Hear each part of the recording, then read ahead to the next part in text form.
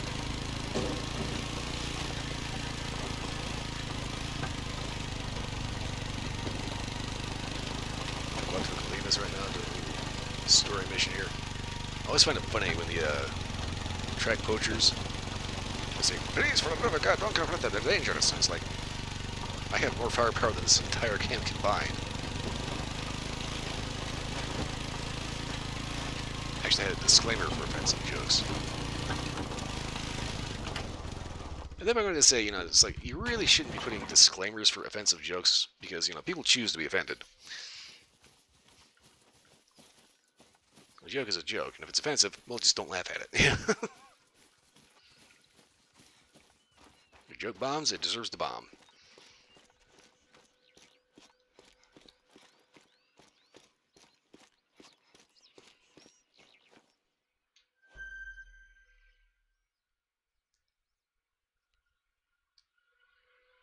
Okay, I'm looking at this actual thing I was standing on for the actual outcropping.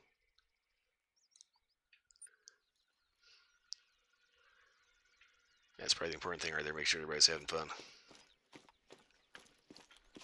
It's like, even this little monastery here, the little jutting of structure sticking out there is like, who builds this stuff? This is like this massive, like, monolith thing sticking out of the side of this mountain.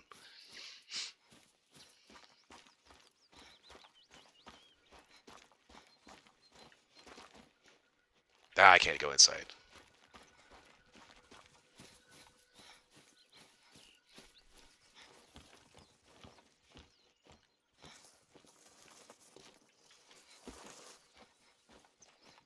Or maybe I can.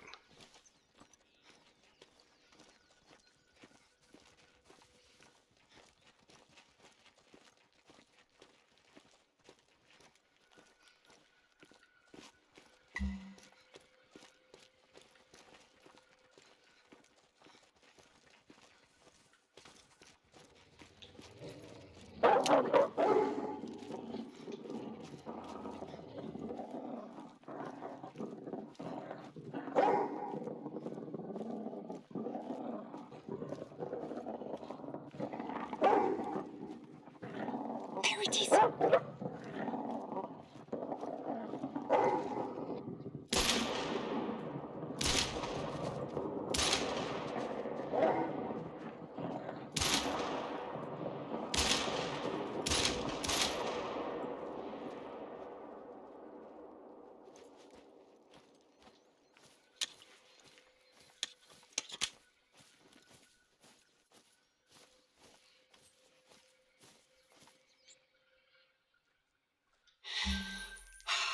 He's done.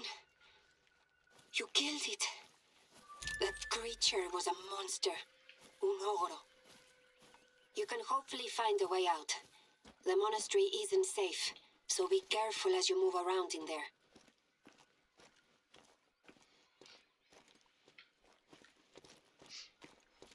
For the record, no, that was not a puppy, that was a rabid wolf.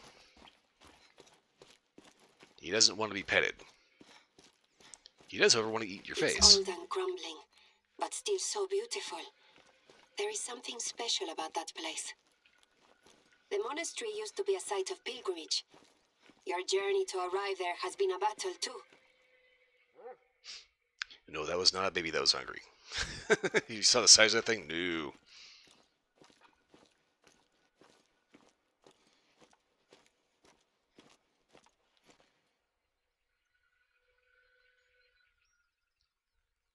The war to save Cuatro Colinas has been long, and I am so tired. When I think about what has happened here, I know that we did what we had to do. Because of our influence, Cuatro Colinas will maintain its divine and breathtaking landscapes. Its rolling hills will remain unblemished by tacky tourist attractions. And will continue to host some of the most majestic wildlife in the world. Of course, this is also a victory for my neighbors. They're already asking me questions about what happened. On top of all of this, you have proven to me that you are not only the person I needed to help me save my home, but are also a true friend. You have helped me in more ways than I can articulate, and you have not only my thanks, but that of my father. but that doesn't mean that there isn't still work to be done. So I recommend you catch your breath and get back to work.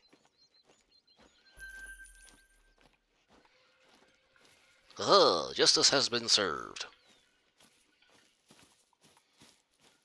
With gunpowder and extra butter.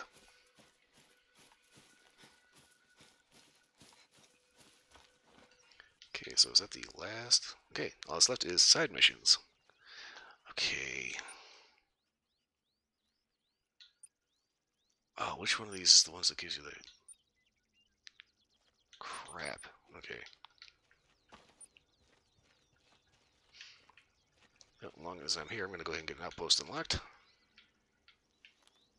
That away.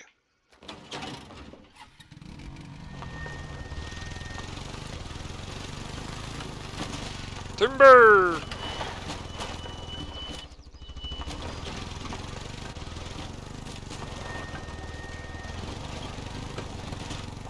Not gonna lie, physics in this game are a little fucked up.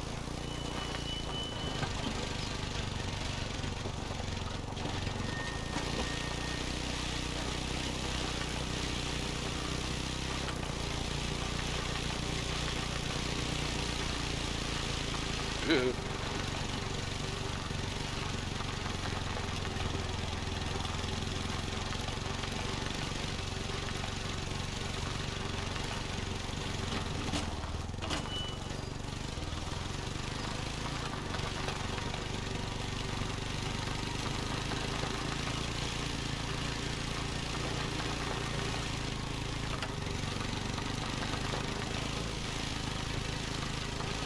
But for sure I would have hit something that would have, like, fired my ass out of a cannon.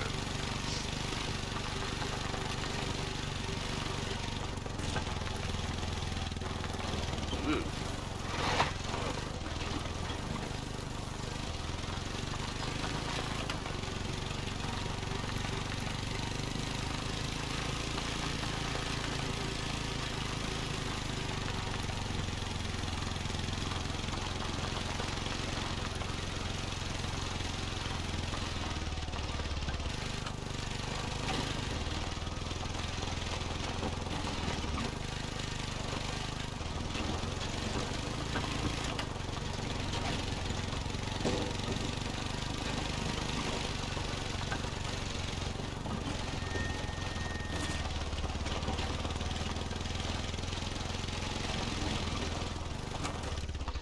And I made it.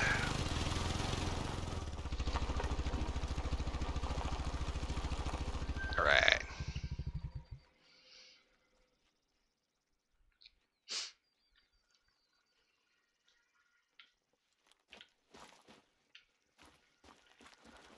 Okay, so here's the gear locker. This is making me want to check something here.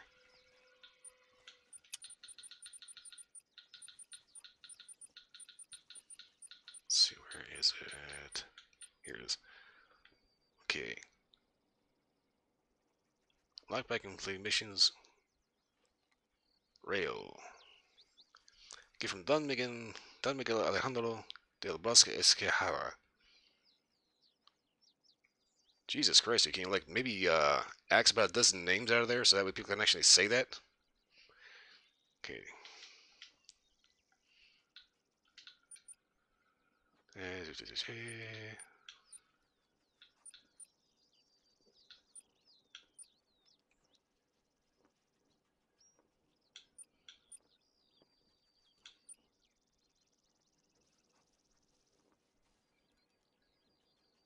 Yeah.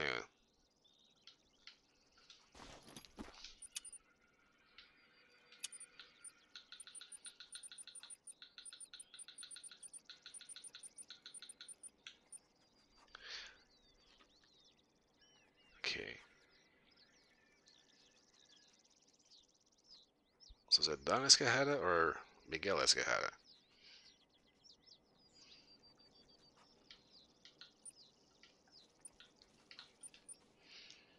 Okay, so we got Gerhard Baden. Jose Ruiz Hernandez. Harvest tools at La Cordova de Cazadora. Del Cazadora, oops. Bye-bye. Antonia Nina Acosta Gonzalez.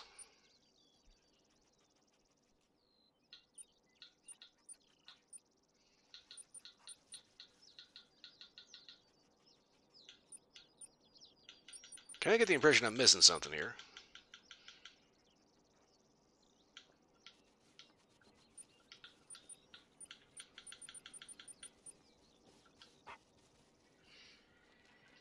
Okay, take something from 300 meters out.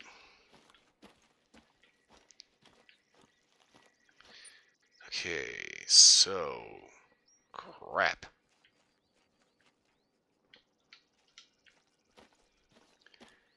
So if I was going to make a 300-meter shot...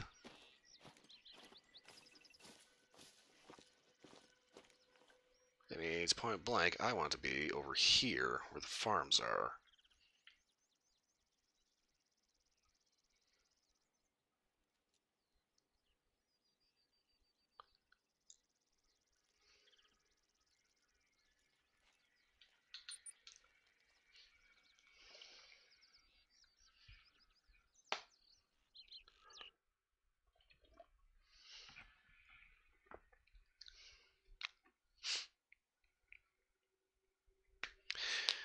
Ah, Nichols. I keep trying to think of something to talk about, like, movie-wise, but it's like, I just keep drawing a blank.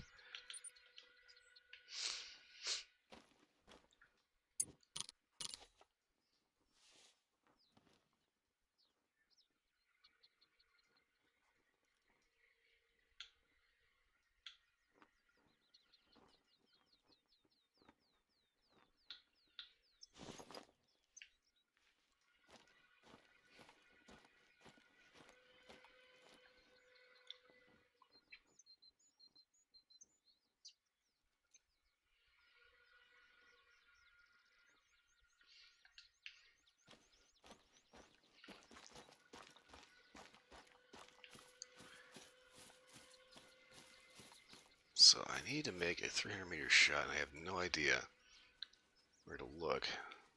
But I suppose if I got started along the riverbank. So current plan, I'm thinking if I get on the riverbank and head to the west and just like follow it, like kind of northwest, I should hopefully see something about 300 meters out going for a drink zone.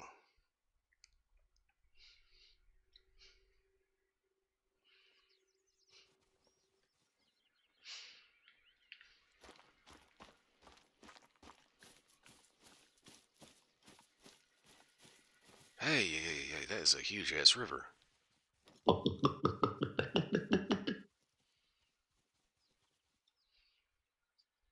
You can wait 2 seconds for me to spot if there's anything walking around. Doesn't look like it. In case I fail, there's always a fresh, roasted, salty, juicy turkey sandwich. Does someone need a hug?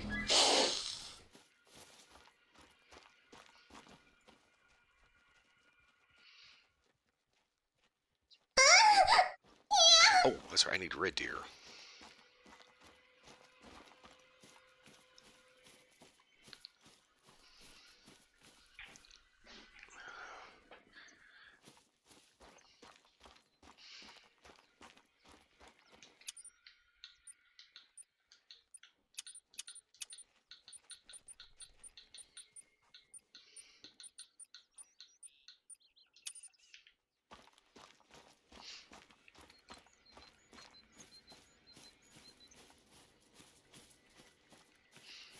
Okay, so head down through the grove.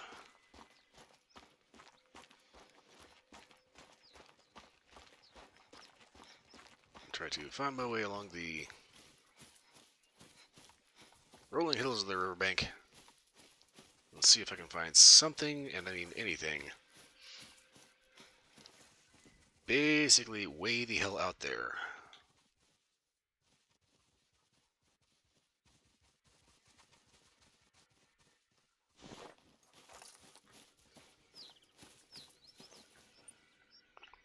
Oh, damn. Okay. Completed the mission. Got paid.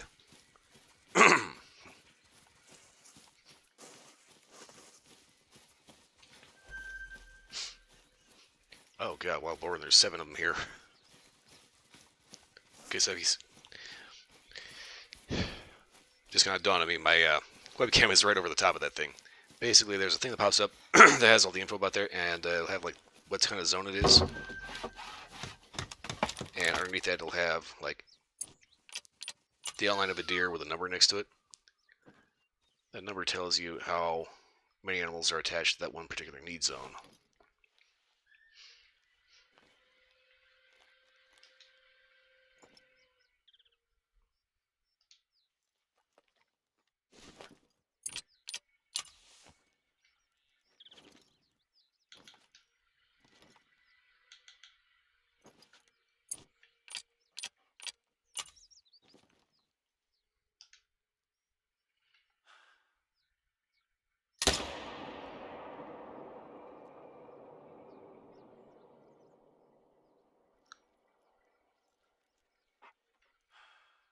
Oh, shit.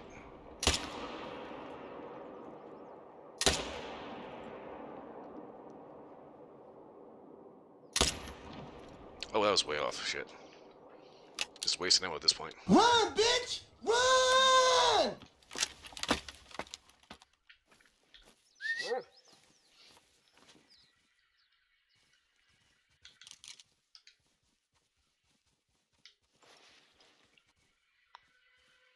I was kind of half thinking about moving my camera down, but at the same time, it's for one game, so...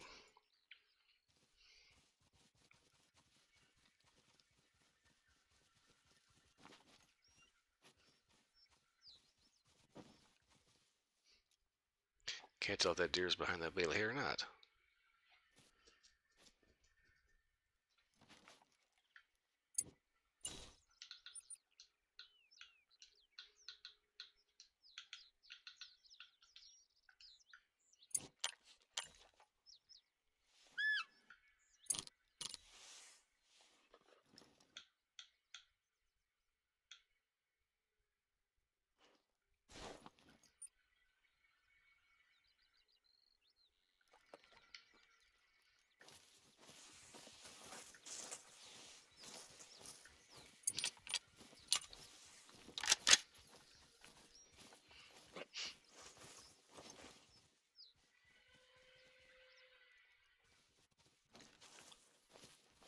Since I don't actually have the area filled in on the map, I have no idea if I actually managed to kill that thing yet or not.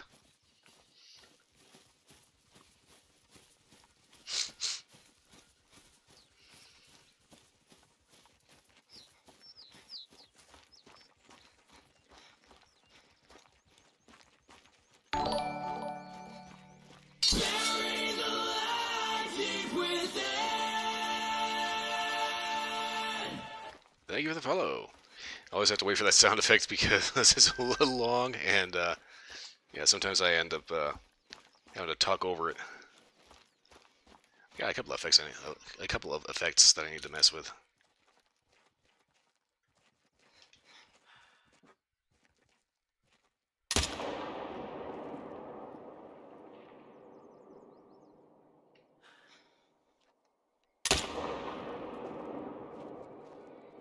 The map I'm on right now is Cuatro Colinas.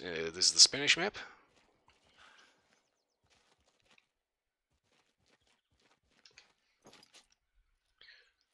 And I'm currently hunting some particularly dumb road here that clearly can hear that something's wrong, but are just standing around.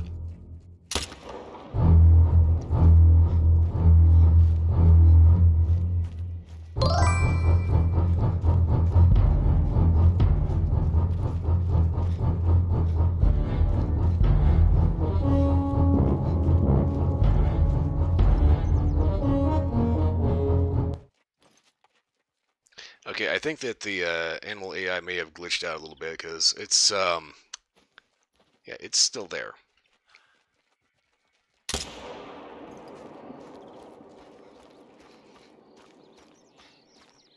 Just like asking to be turned into a party platter.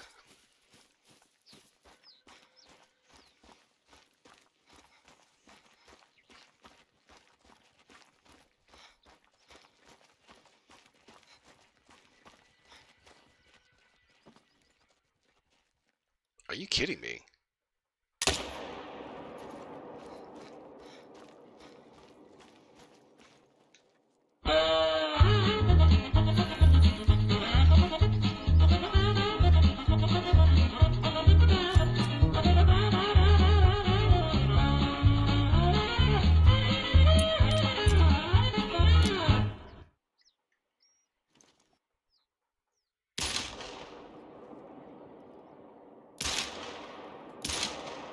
Okay, you dead? Jesus. So, who likes deer burgers? You just managed to get a great one. Nice. Honestly, I kind of need to farm some need zones to get a great one to spawn.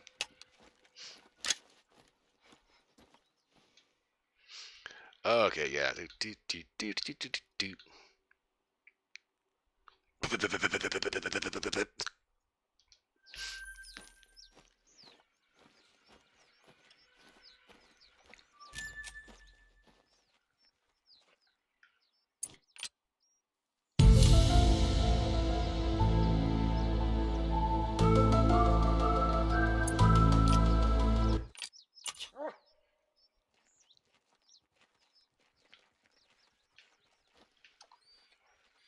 So you're basically saying that the one deer that just stood there had a... Yes, I'm currently on PC right now. Apparently, Split is insinuating that the deer that just stood there constantly getting shot was apparently infected with an extraterrestrial parasite that was eventually going to develop spider powers. Oh god, that reminded me of something really freaking stupid. There is a new addition to the Spider-Verse, which is apparently a chick that is a paraplegic and shoots webs out of her crutches.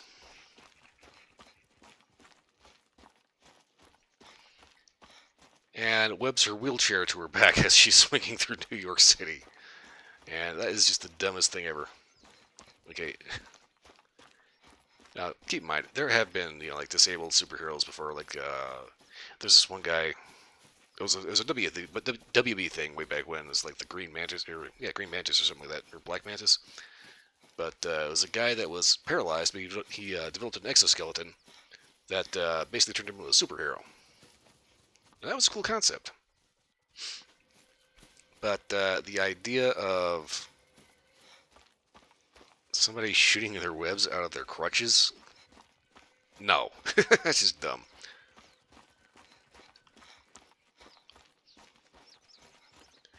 And honestly, when it comes to the whole Venom symbiote thing, I was kind of trying not to bring him into this because he's a little goofy, and I don't think he likes deer that much. That said, I saw something actually just as dumb as the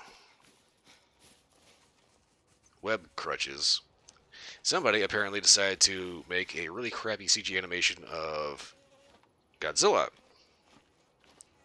with a Venom symbiote. And yeah, it was just as dumb as it sounds.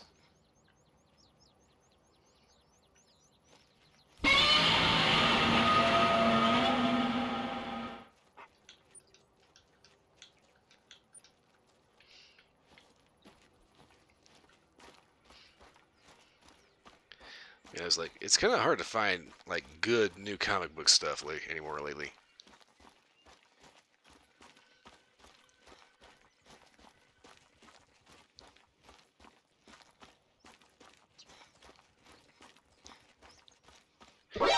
NANI? I mean, it's kind of funny because it's like comic books have never really had problems with incorporating gay characters, black characters, hell, even disabled characters. But it's when they start going out of their way to push it, it's just like, It doesn't matter if this person has this particular, aspect of their particular being, being disabled, being, gay, being black, being some part of, some goofy community. That really doesn't matter. What does matter is writing an interesting character. And it's like, when a character's one and only personality note is they're gay or disabled or black, instead of like having interests, skills, actually being good at something, actually having something interesting to say, you know?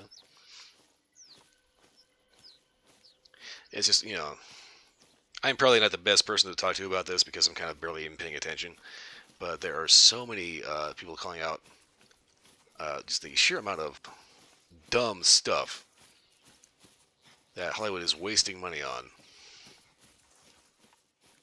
instead of making quality entertainment.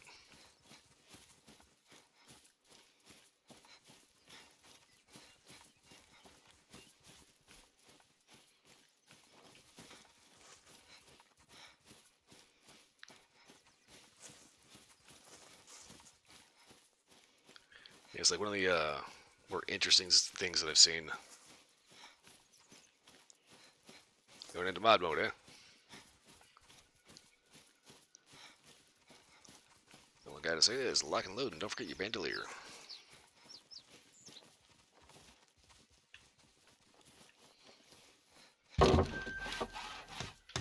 Okay, hop up in here.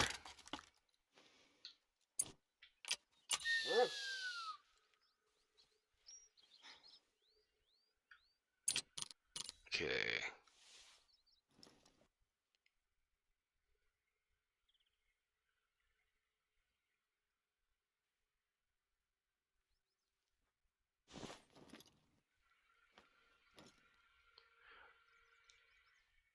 It's kind of funny. One of the most interesting things that I've seen in a while actually has nothing to do with like big, huge professional Hollywood studios. If anybody is familiar with Vincy Pop, specifically Has Been Hotel, that is something I would actually like to see people, you know, investing some money into to make, without, you know, trying to shoehorn in, you know, something that the original creators of the show didn't want. Hello. Okay, bunny bunny.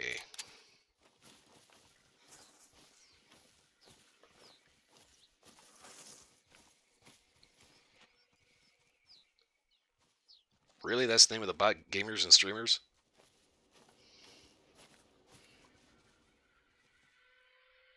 Say, at that point, they're just not even trying.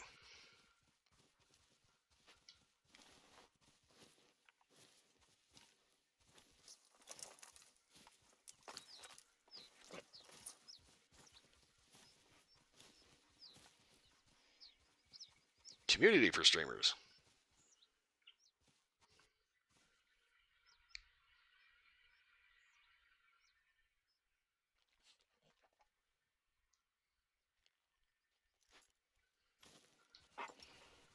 Fucking bot. Right about now, I'm getting pissed off with these fucking rabbits.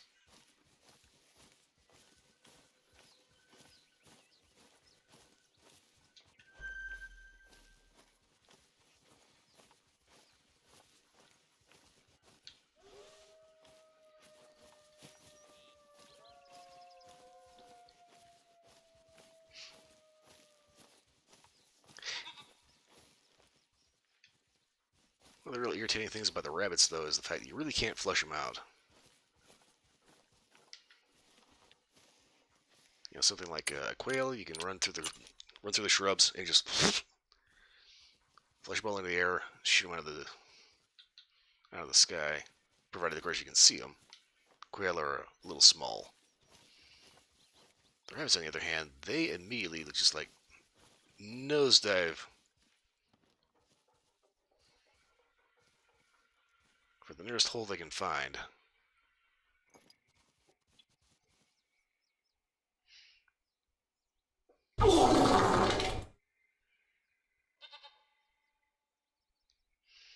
Okay. Request to unban someone.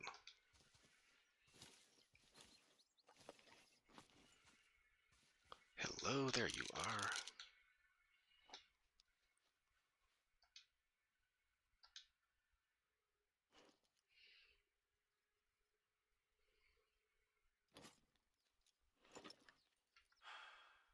Hey, wait. That's a female. Female.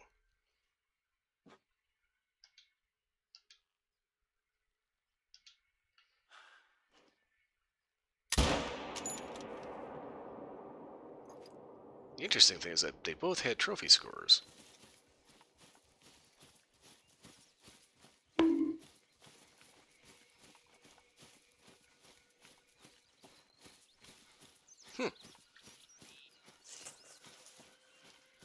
Okay, apparently one of them went down. That still just sounds like the like borderline lewd.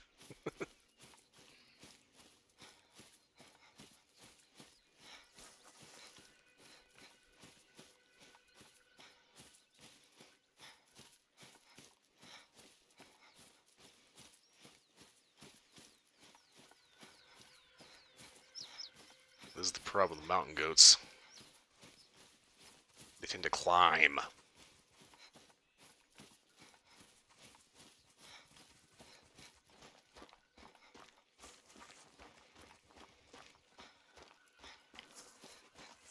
Well, that's just it. The whole, the one in the Amite thing, they don't have mustaches.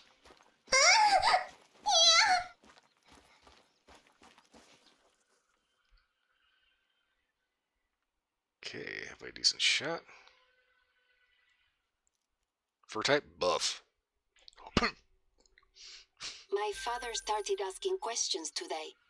Ah. About you. He seems very curious about the benefits of hiring a professional hunter. I think he has a job or two for you. Alright, now I'm officially hunting for a rifle.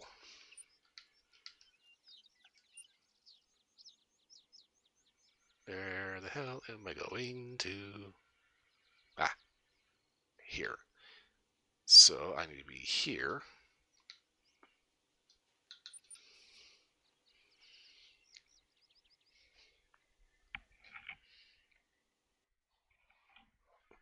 A couple things out of the way so I can just how I'm sitting.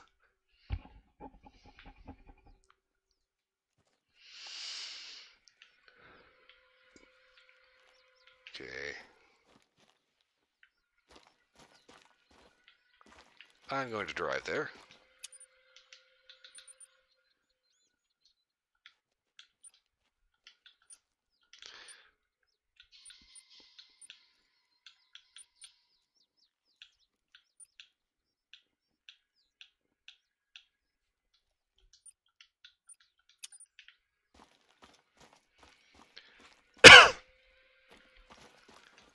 Yes, indeed, I do have stuff you can buy.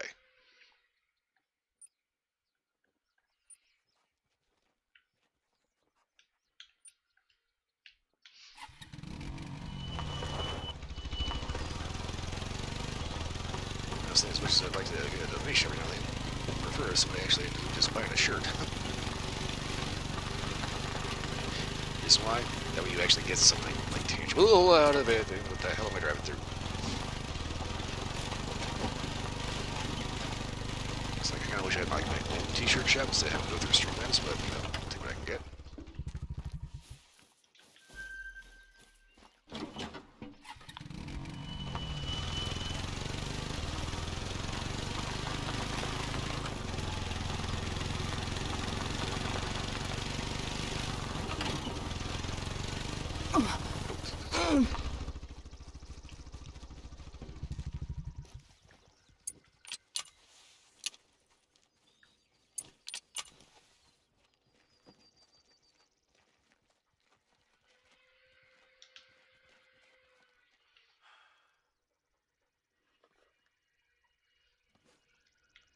I'm not even going to try to take that shot because I know it's going to hit a tree.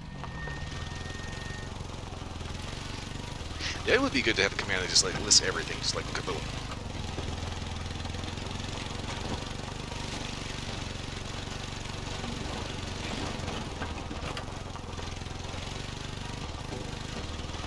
How in the hell are you at 5th? I know that there's going to be like Nightbot, another bot in front of you. Like a bot that's supposed to be there.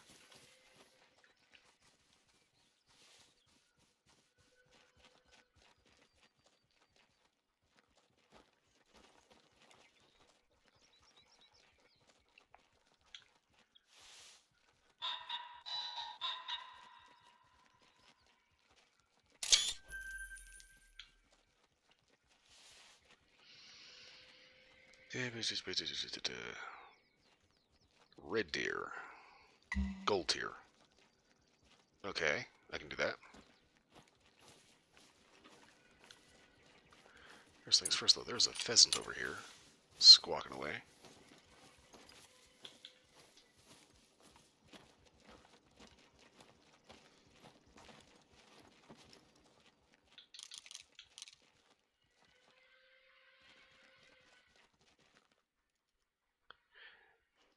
I will be honest, the pheasant are starting to prove to be a bit of a pain in the butt. Because they don't always flush into the air. Sometimes they will just haul ass.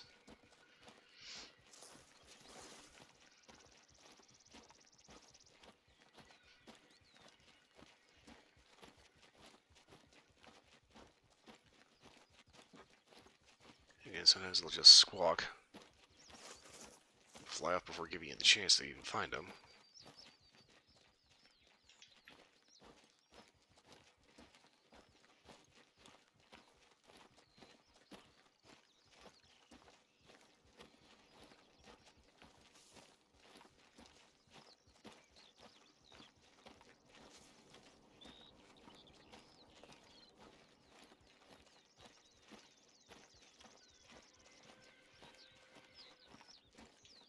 Yay, rabbit tracks.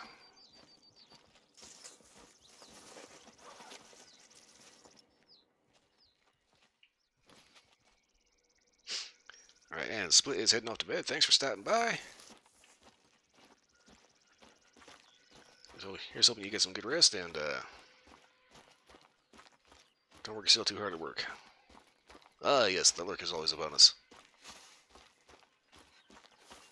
Okay, so this here, I need to harvest a red deer, gold tier. And God, I have barely any need zones unlocked. Roe deer, red deer.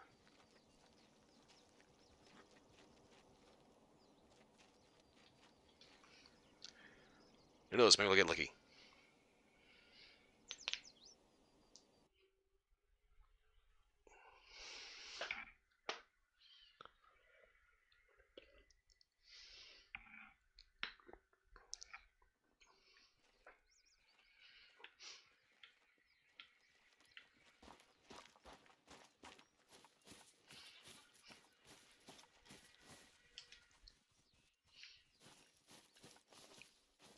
Okay. Ibex.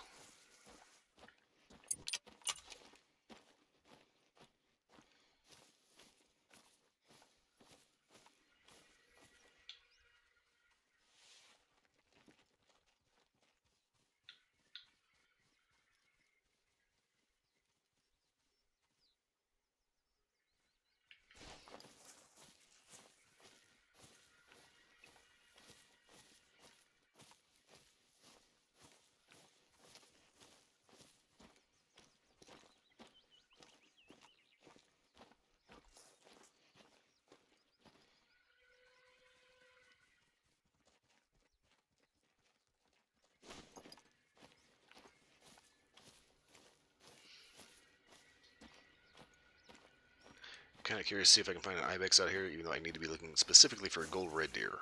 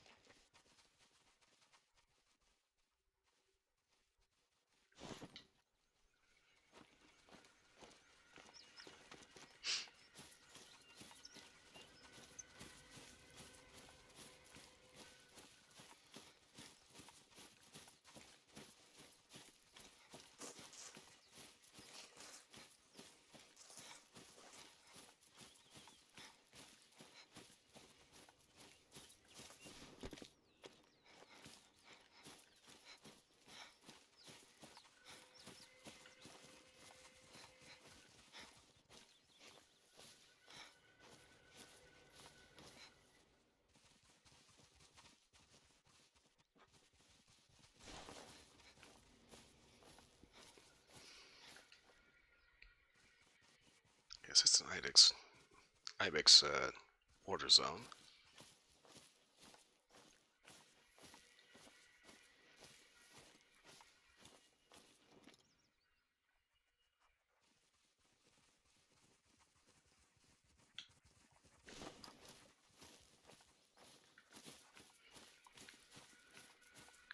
Okay, standard strategies, just go ahead and run her in.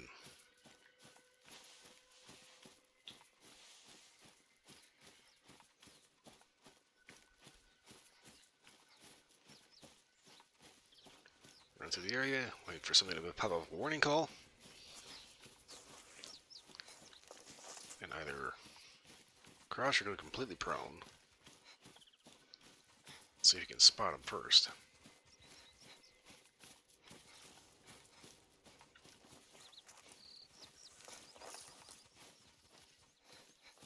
Now, areas that are, kind of dense, but not too dense like this area. This always kind of reminds me of like City Park.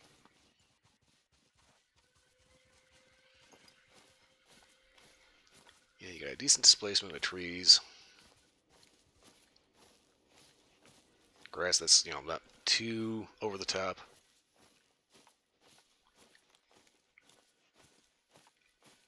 You're in the woods, but at the same time, you can still see, like if you have a buddy walk up, hello, red deer. And of course, that one is a doe.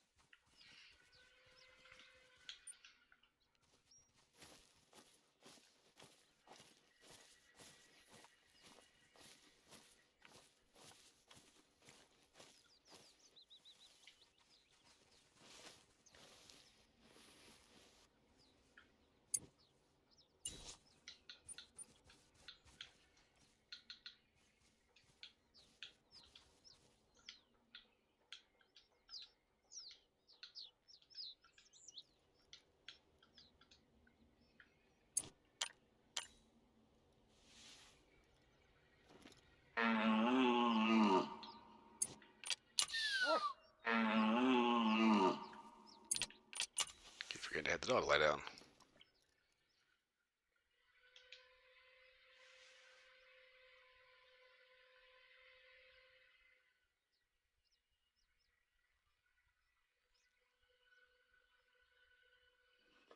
There's one more behind that bush.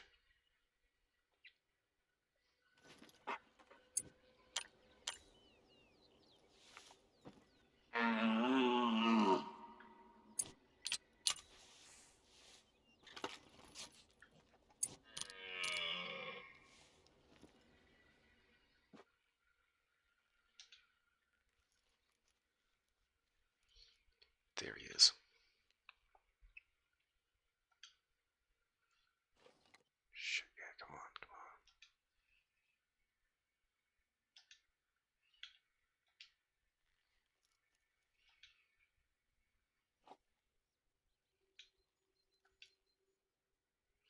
Come on, get out of the damn way.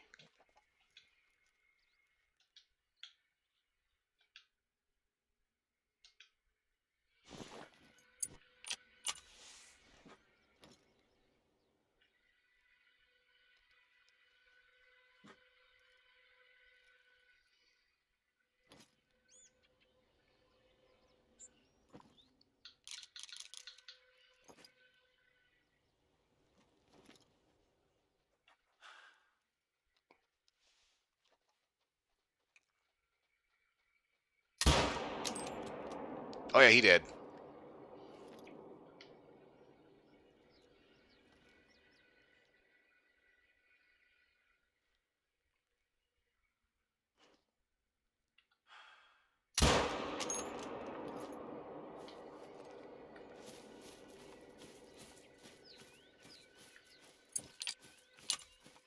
Um,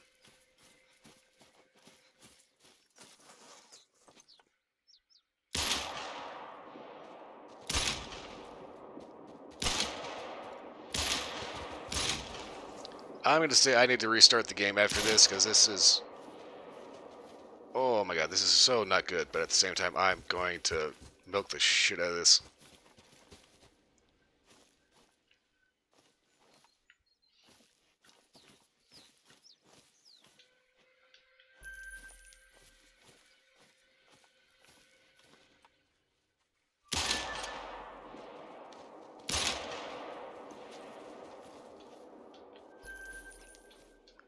I don't care, I need the money.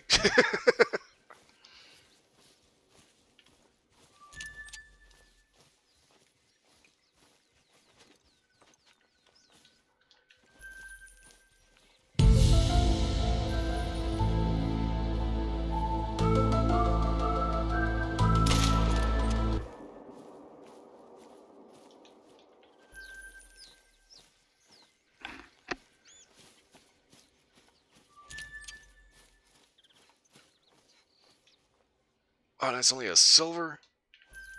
Because I didn't get a vital shot, son of a bitch. Please tell me this one's a gold. Yes! Alright. Oh, yeah, look at that. Look, I'm taxing the sucker.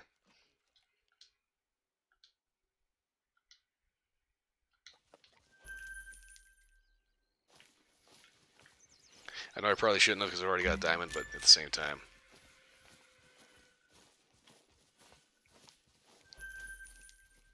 Okay, picture of a male ibex.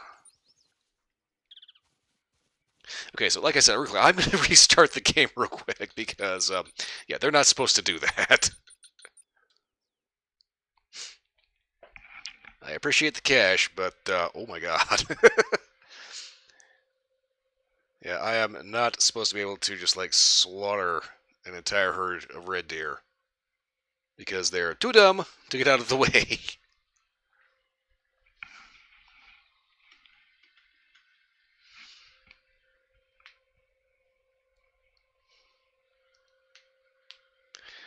Okie dokie, so... Okay, definitely was not anticipating that. I should have done something was up when that first one just, like, it was kind of stuck there dicking off.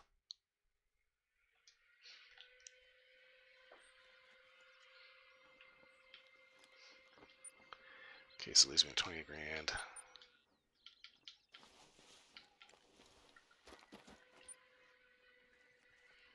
And a seriously radioactive looking pink zone. Okay, so I need to go up here and find a picture of an ibex. What's the closest? This guy.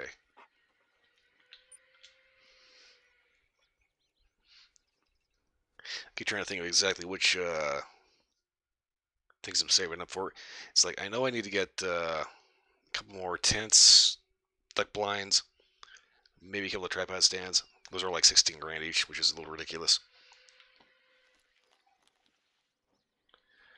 Okay, I'm going to go ahead and put a nice little waypoint on that.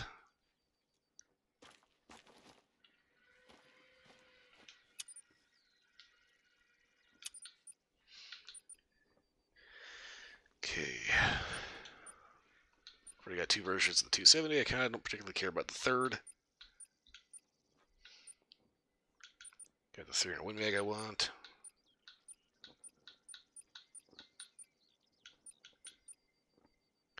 Oh, okay. There's the polymer infield. No, this is the polymer infield. Okay, that's 40. Okay, this is the 30 cal. Okay.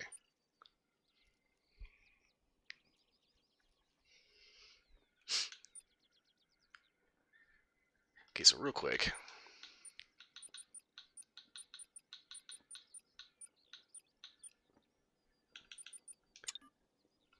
Basically, this rifle irritates the crap out of me.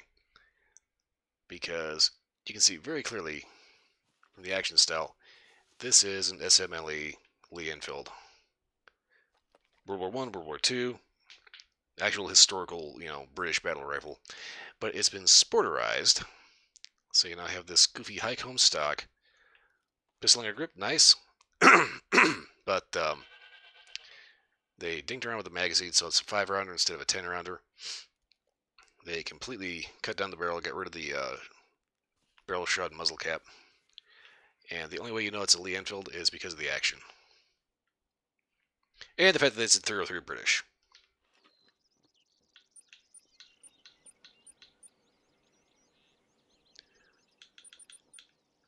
Yeah, just a bit of a pet peeve.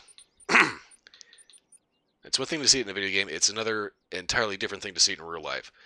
Actual sporterizings, actual people that sporterize a piece of history. Ooh, boy, that's a sore spot. That's a real sore spot.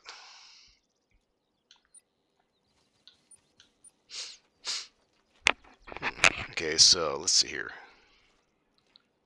303 British, same power category as the 6.5, the 308. Personally, I kind of prefer the 308, but that's just me.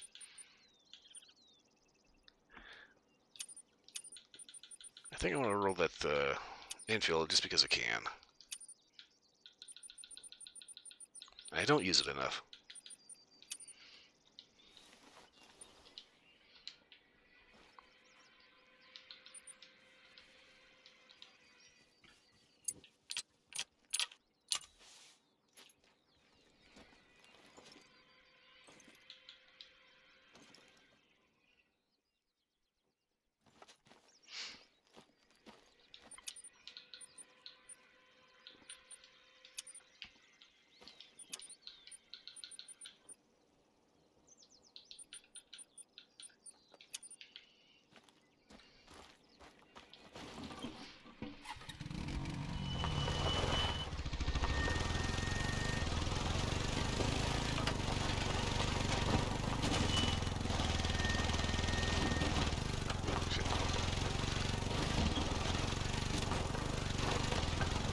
I am not liking this field.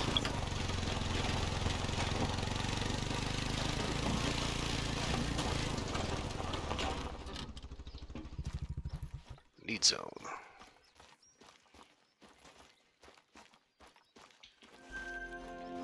Then bring in Mouflon.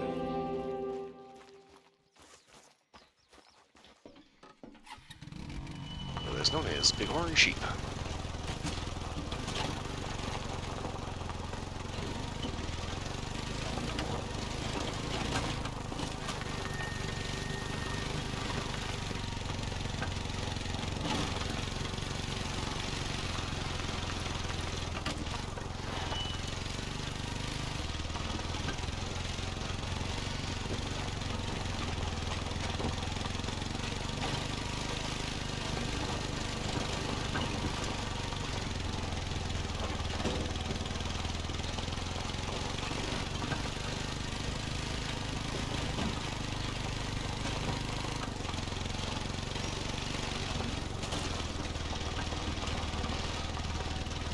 The shift in terrain around here is a bit abrupt.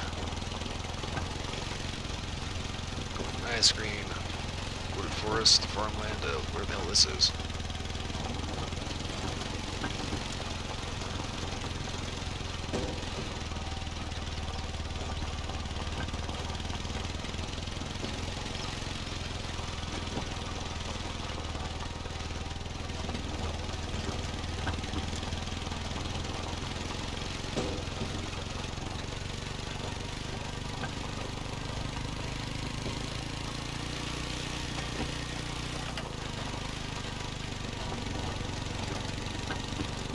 Hello.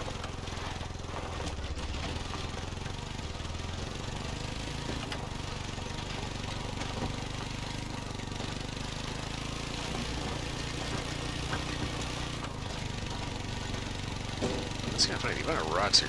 This is one of the things I kind of find myself doing, just because of, whoa, hello. High school geology class and all that. Is trying to figure out exactly what kind of terrain this used to be. Ooh. Way back before the age of mammals and all that,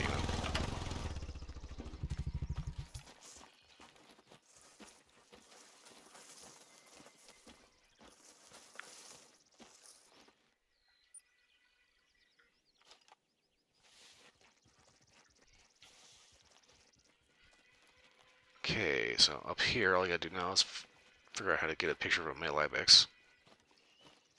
Which means I need to find a male ibex.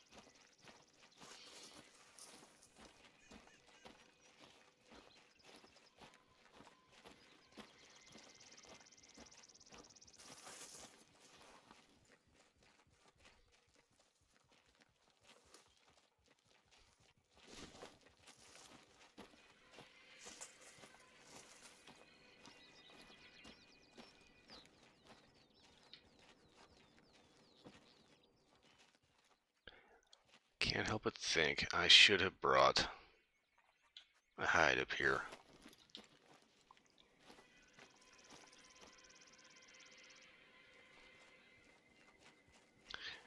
Honestly, I might actually just do that.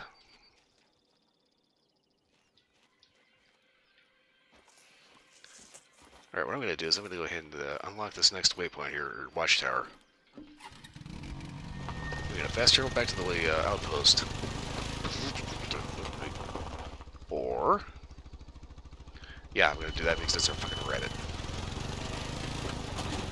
Ah. I'm going to come back with a hunt blind.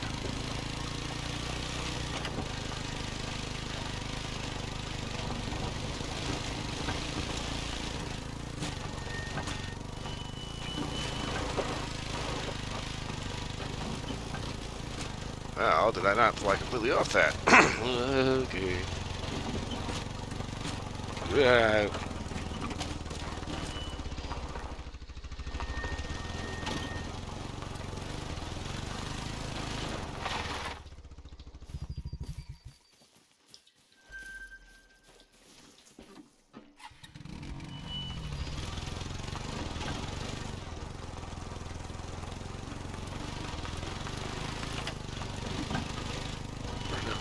More than enough freaking rabbits out here.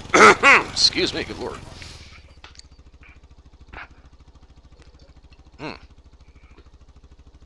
Oh, I hate that. You're just talking along all of a sudden.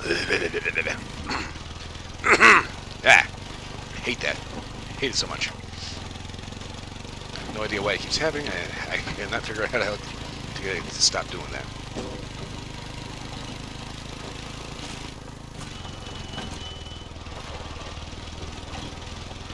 I don't mean to be honest, I can't help it.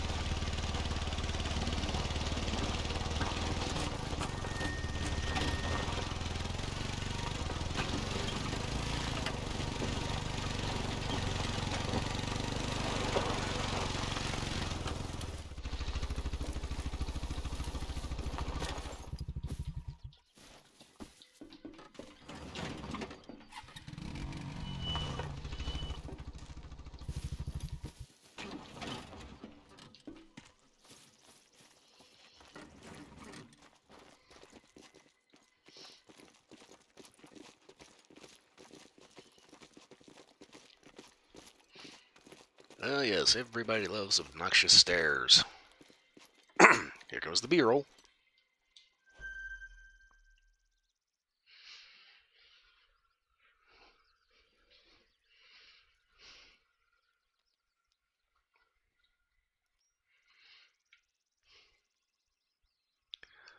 Okay, and...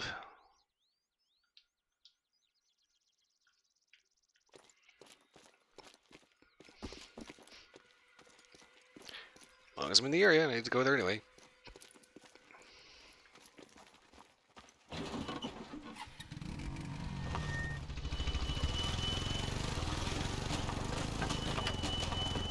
Timber!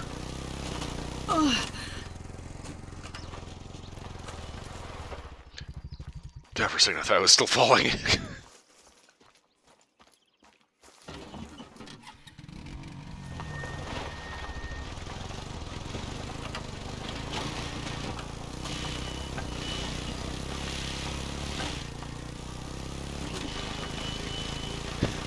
How's it going?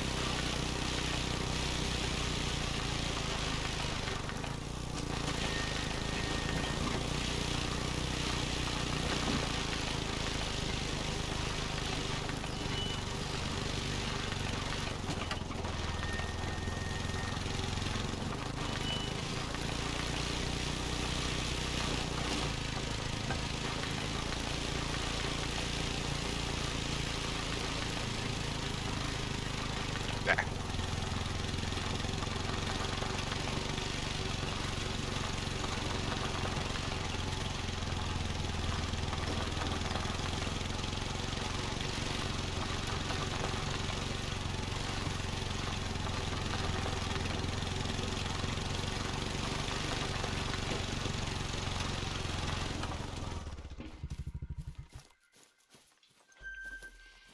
Another fucking rabbit zone.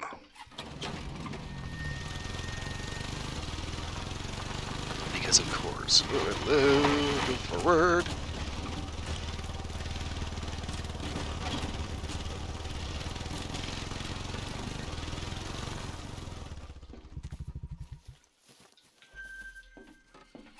This little pig zone.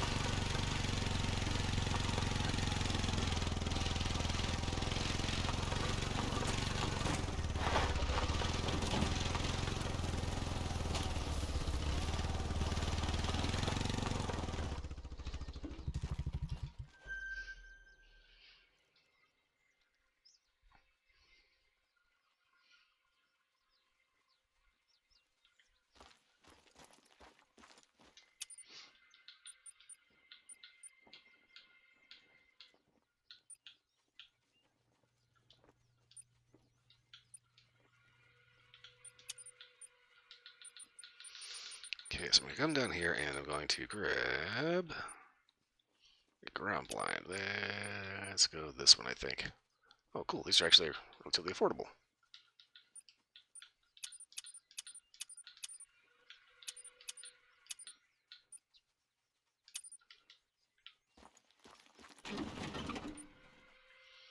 Okay, and I need to be up here.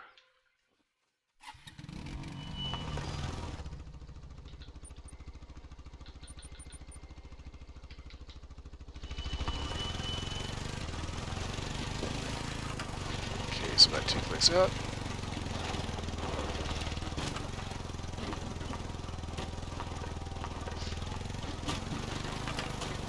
Oh, the fairly suicidal shortcut.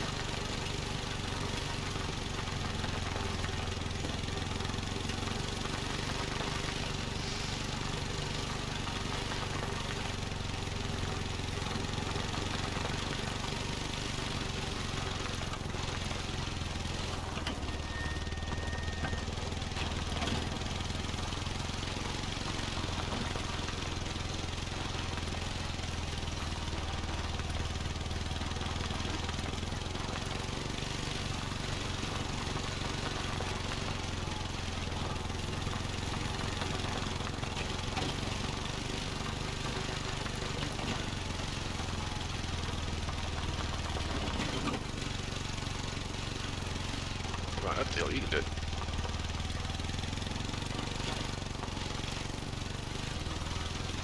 I was thinking of the way that the ATVs handle the hills in this game, I'm kind of thinking, you know, would it have been better just to incorporate a horse? It's like, seriously, there's horses in Skyrim. They can just about walk on the ceiling.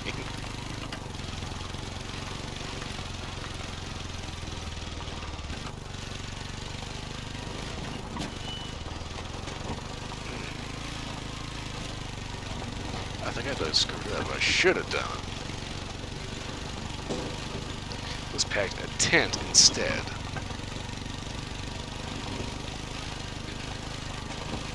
Right now I'm almost there, but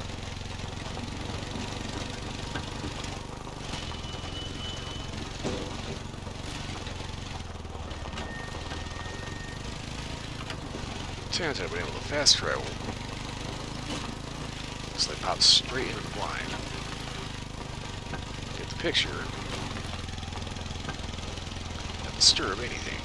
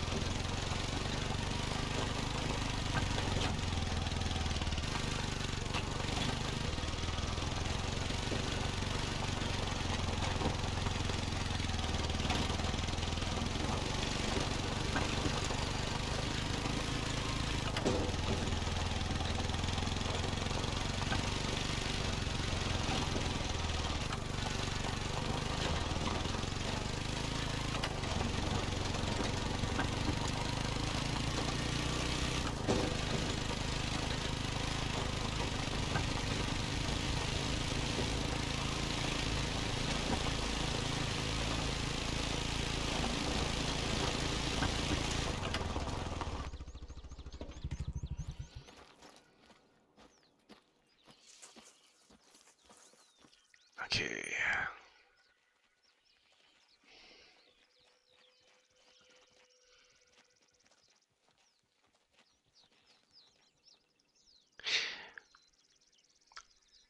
Massive waste of time. I just got up here, but I am going to swap that out with the tent.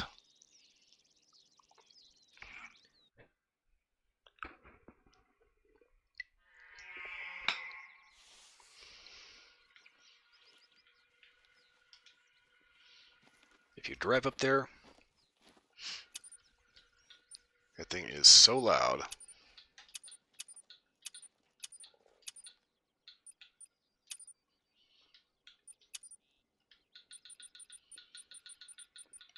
That you will scare off everything by the time you get up there.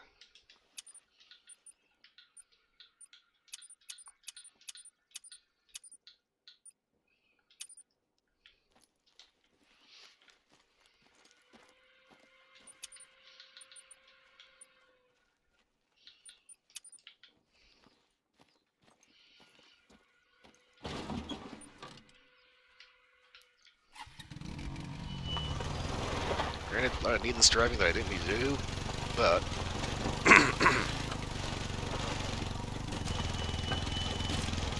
hopefully now I'll be able to just get back up there like a hop skip here.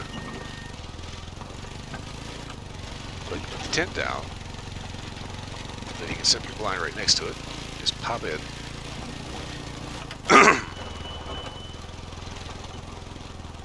Hopefully get your shot.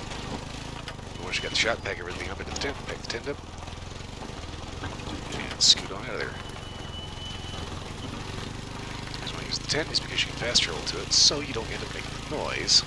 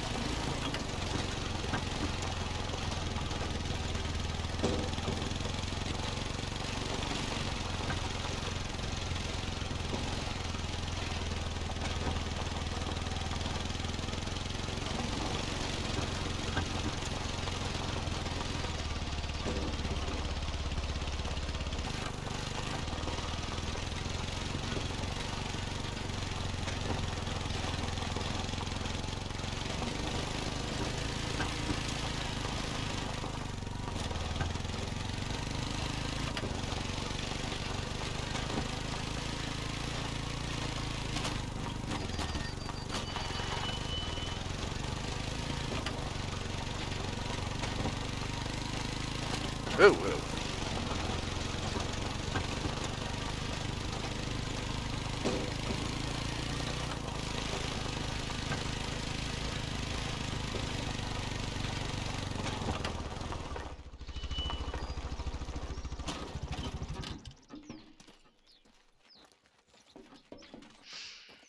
Okay, so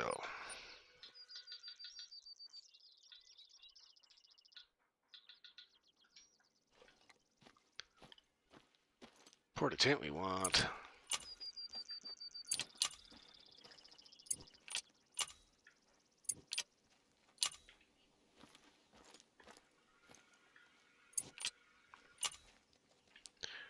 Okay. Hate that.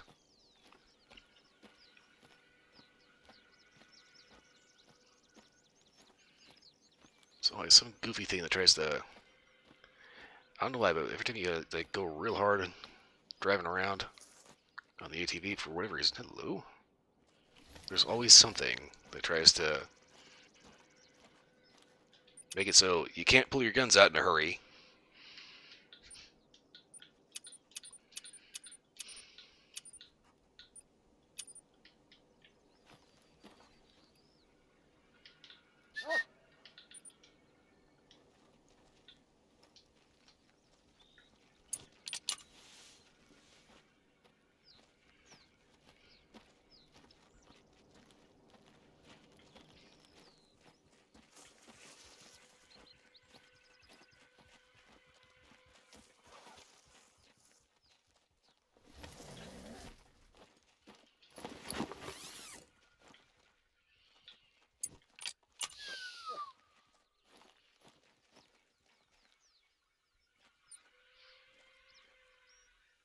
Okay, so this is the highest hill.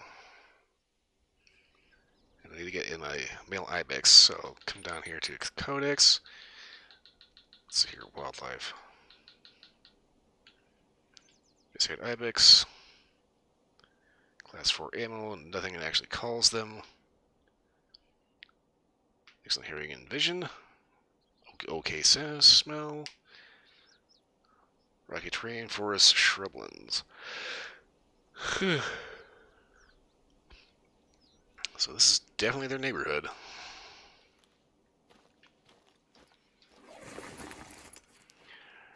I'm going to go ahead and poke around, see if I can find a need zone or two around here.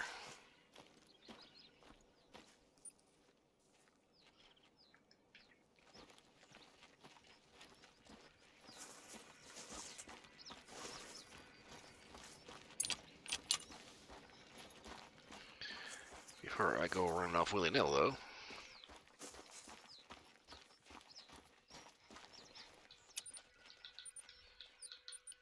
Do not need the backpack.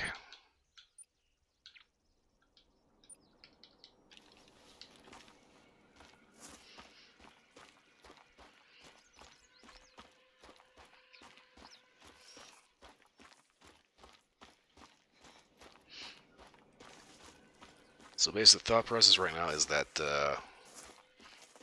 really not going to find any ibex up here if there's nowhere for them to spawn nearby, if there's no reason for them to be here.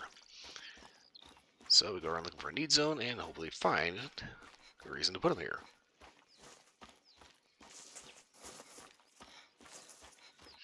Trying to head somewhat towards the river because I'm thinking if they have any reason to come up here, it would be coming for either food or rest.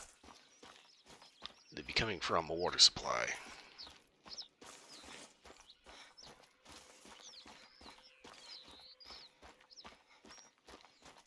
Whether or not that's actually how it works or not, I have no idea.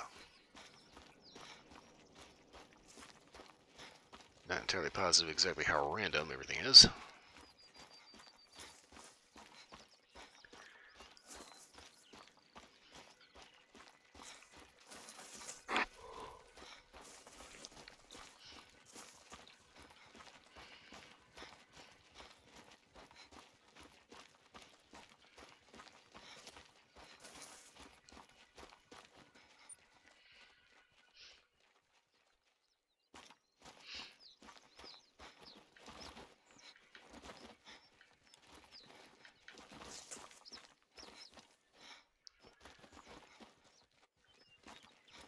course, any other time I want auto run to work.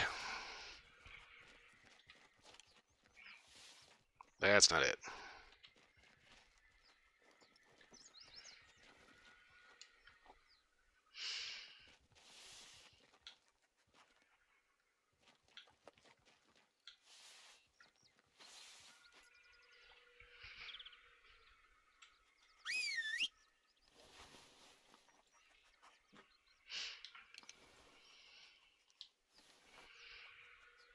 Oh, screw it. I keep looking around on the keyboard, seeing if I can find something that I can just auto-run, not have to use the stick. But it's just like, yeah, fuck it. It's gonna end up making you do too much weird shit.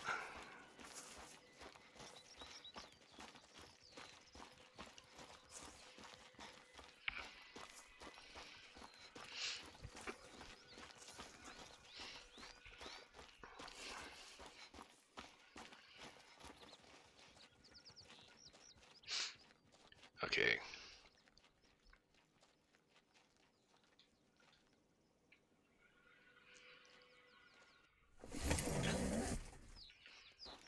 I'm gonna drive because otherwise I'm gonna be here all day.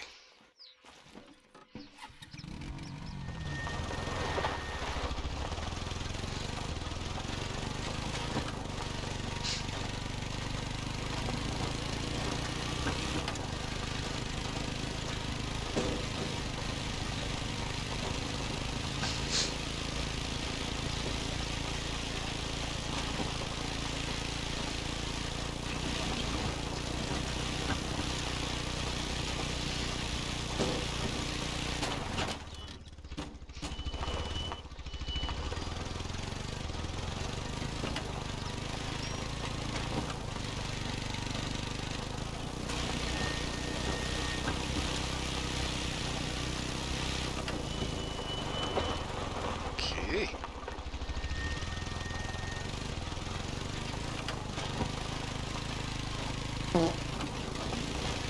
And we're out here. I'm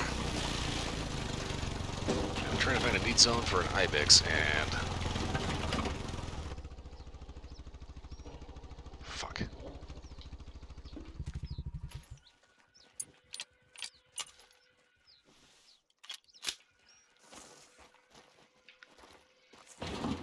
Yep, there's wolves around. I'm just gonna go ahead and try not to suicide off the edge of the cliff.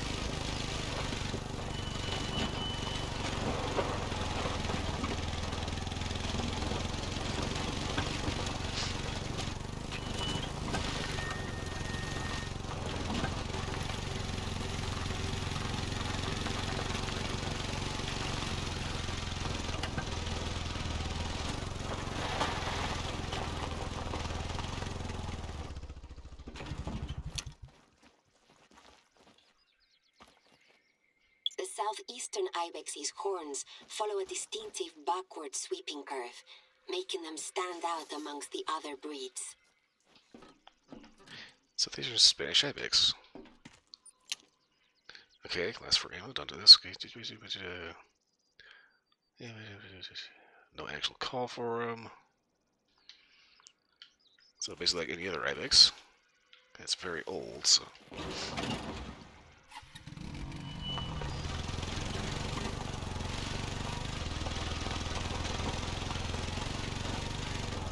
Yeah, where I think this split was messing around with the point thing earlier.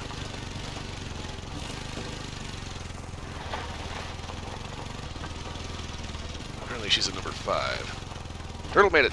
Hello! I am trying to find some kind of... It's here. Hello, there's a lake here. I'm trying to find need zones for ibex because I have to take a picture of one.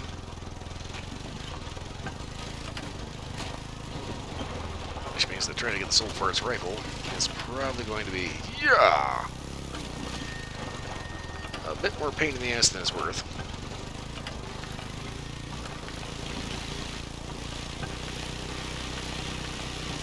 I really do not like the picture quests in this game because there's a lot of them and they do not work well. That's a huge ass rock.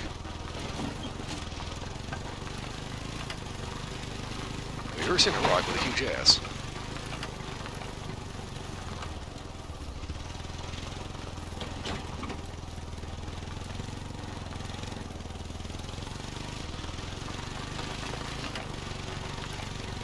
Okay, so at the end of the day, I didn't have to get to the river. I can check out this lake. Fingers crossed, there's something here. Kind of doubting it.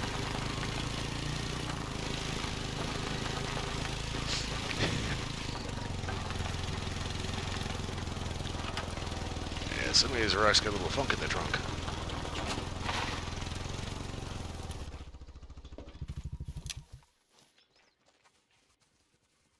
Oh ho, just now, you say.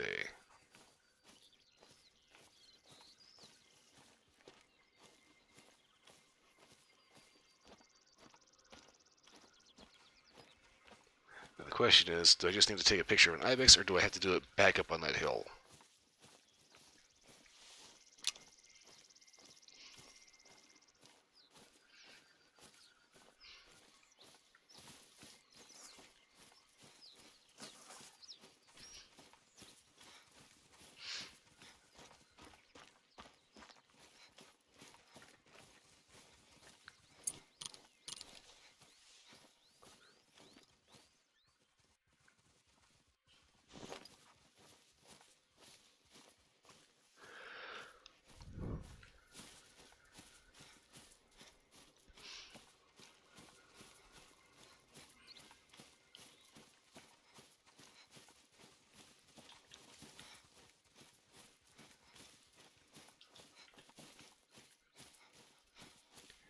Okay, so there was ibex coming through here recently, very recently. The question is, can I catch up to them in time to take a picture, and will that picture count?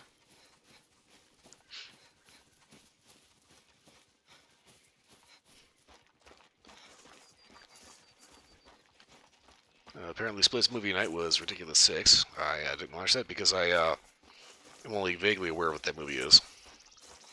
Cowboy Spook or something.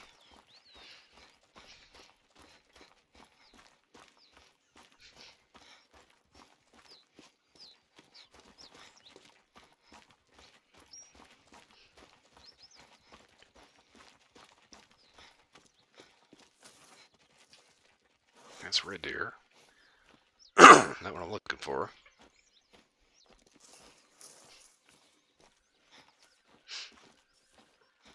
That's good, that's good.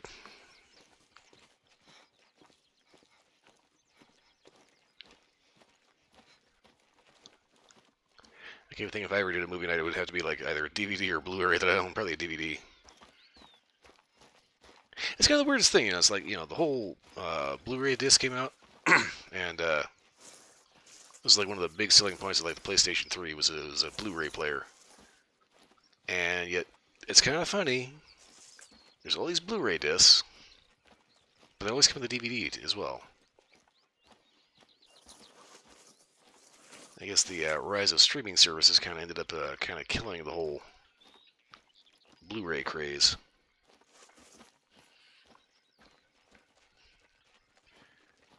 Likewise, high class is Elvira. Okay.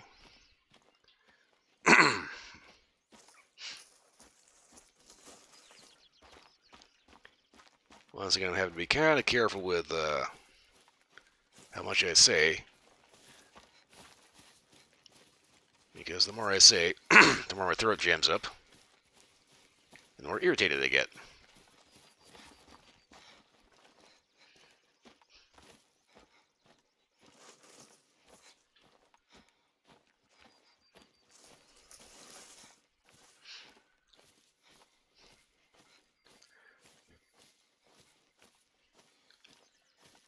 Yeah, one of the things I keep pointing out is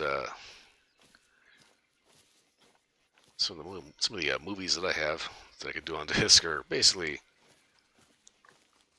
Japanese horror movies. So, how clean do you like your underwear?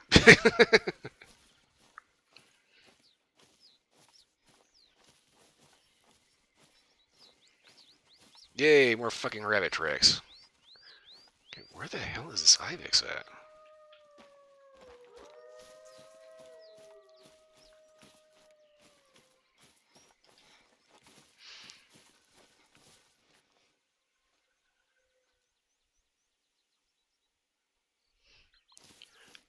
Yeah, the whole HD DVD versus Blu-ray, that was very much the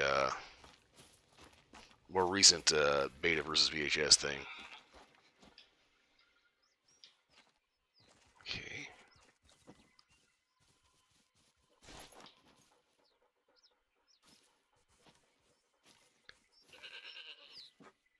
End of the day, I suppose you could say that Blu-ray won for whatever that was worth, because shortly after Blu-ray won, along comes Netflix.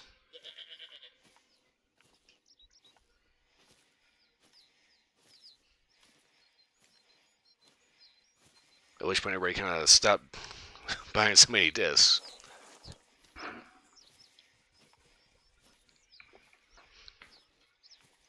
I still find it really funny that,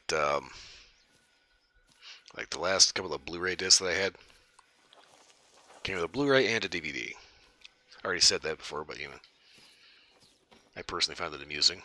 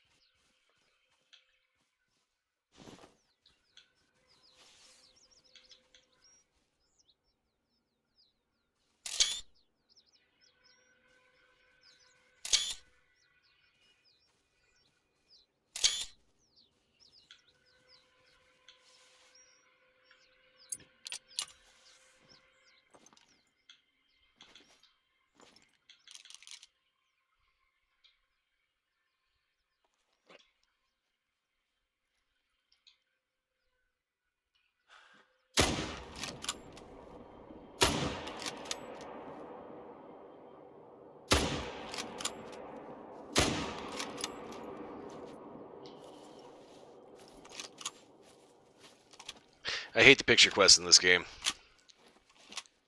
They're extremely finicky.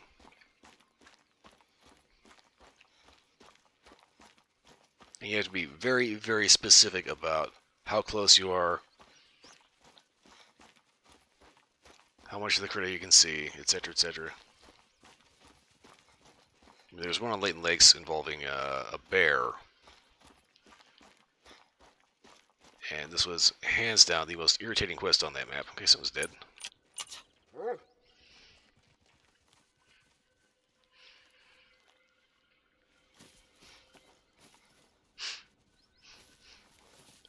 Yeah, actually getting a photo quest in this game can be kind of irritating. And it gets even more so with a species that you can't call.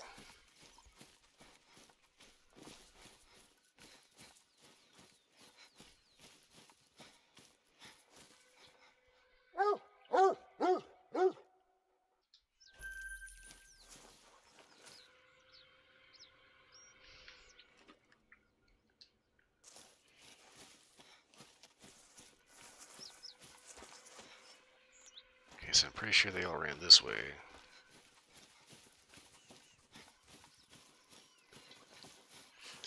I keep remembering back that old HD DVD versus Blu-ray. I had friends that were kind of cracked out over the fact that the Xbox 360 had an HD DVD drive.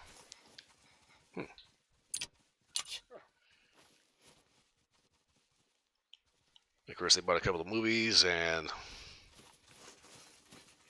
then a couple of months later, all of a sudden those movies were completely pointless.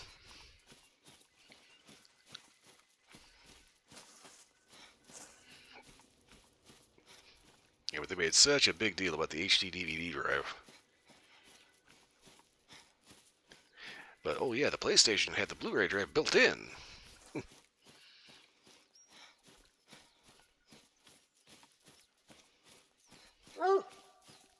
Then of course we get like the Xbox Series X, which doesn't even have a disc drive.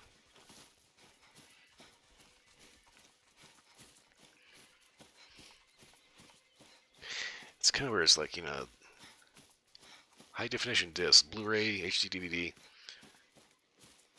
It's really weird how the physical media, it just kind of, it's like that was the kind of the last hurrah for that. Oh, hello.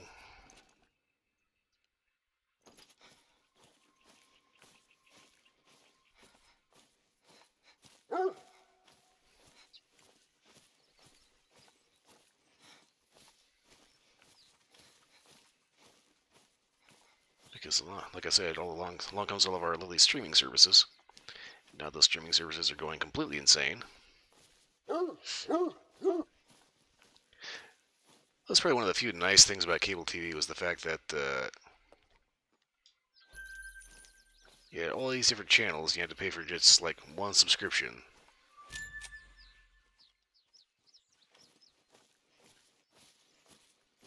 Granted, that one subscription was ridiculous depending on how many channels you got.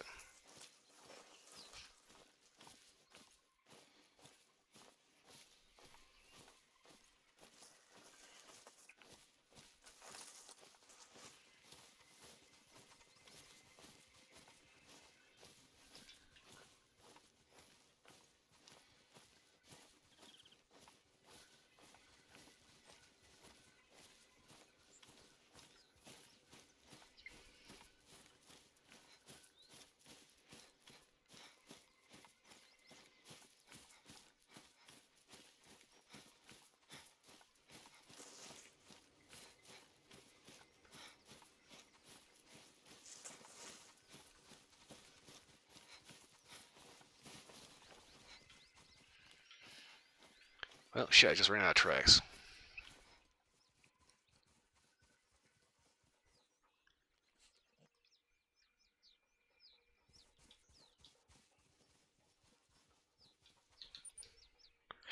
Kinda wonder what this is. Yeah, basically, Redbox and streaming services, definitely the streaming services, definitely cause most of your rental places to go under. Oh, funny thing, during the Super Bowl, apparently the last Blockbuster video actually had an ad. I think it was on VHS, and you could only watch it in the store.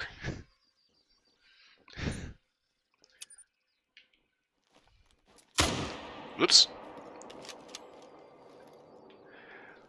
What the hell was I playing? Where pulling the right trigger made you run.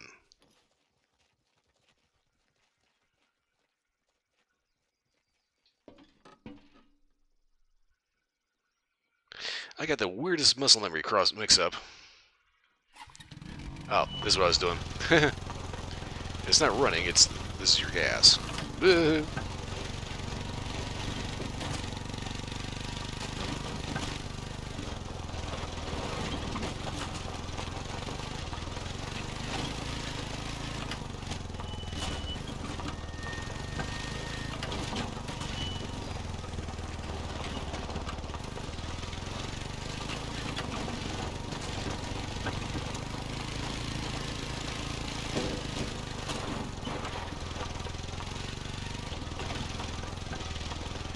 Funny thing about the whole streaming services killing off like Blockbuster and such. Blockbuster actually had an opportunity way back when to buy Netflix. And of course they did the dumb. And passed up on it. And at the time it made sense. Probably because at the time Netflix was order a movie online, they mail it to your door on disc. Keep it for as long as you want, then send it back when you want a new one.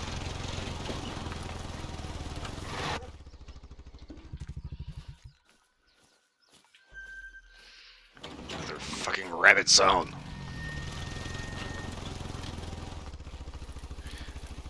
Local Compound went under because of a big rental chain.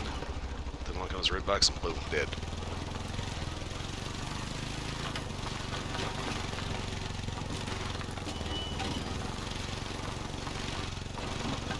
See, I'm trying to remember who had a good video on that. I think it was Bruce. Might have been talking about the decline of Blockbuster. I think it might have been Jantron. I don't know. There's somebody who was talking about. No, wait, it was company man. There's some YouTube documentary talking about what exactly caused the downfall of Blockbuster. They stated that they actually did have a chance to buy Netflix before it was what it is now. They didn't. And, well, it's kind of one of those situations where hindsight is always 20/20, you know.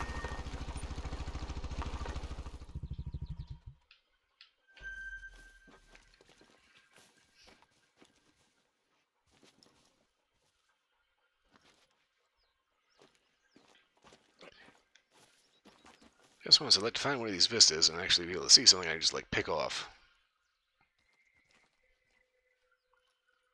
Yeah, Blockbuster was kind of expensive to rent from. That said, I do have some fond memories of going to Blockbuster because it kind of had that vibe to it, like, you know, the movie theater vibe. So you had to be kind of careful about perusing the shelves because sometimes, you know, you'd see, okay, cool movie, gross, what the fuck is that, you know? But one of the things I always really enjoyed doing was, hello, game rentals from Blockbuster.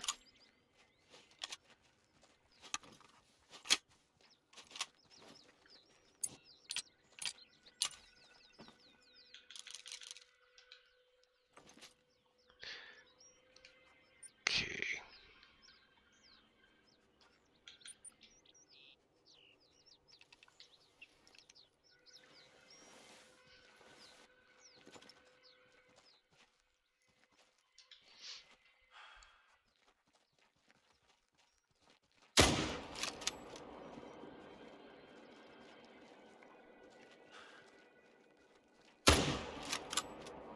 What the?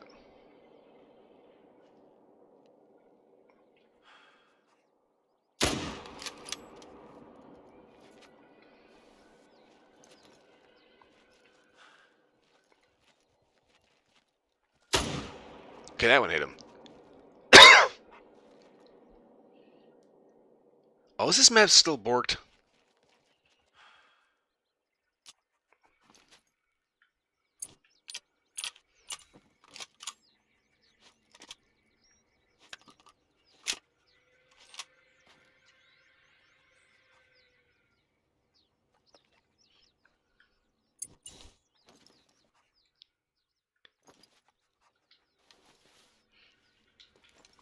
Okay, I think this map is still kind of fucked.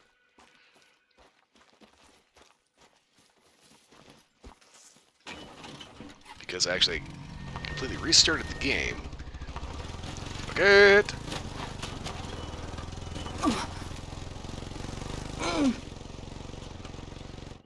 Okay, that was a bad idea.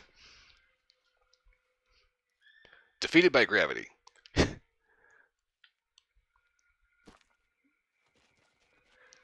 Okay, I completely forgot what I was going to say because I was not anticipating just... Ta-da!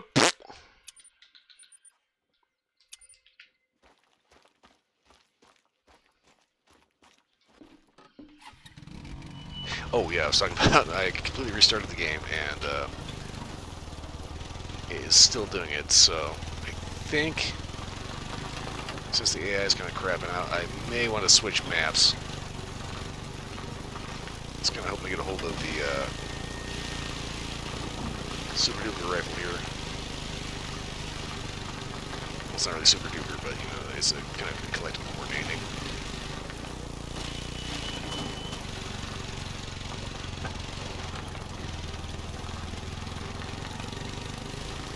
Oh no, please don't tell me it spun me on the wrong side of the river.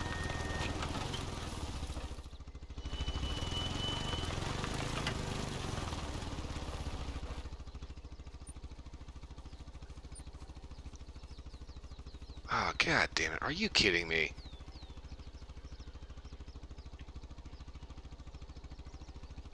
Oh, that is irritating as hell. What the fuck, game?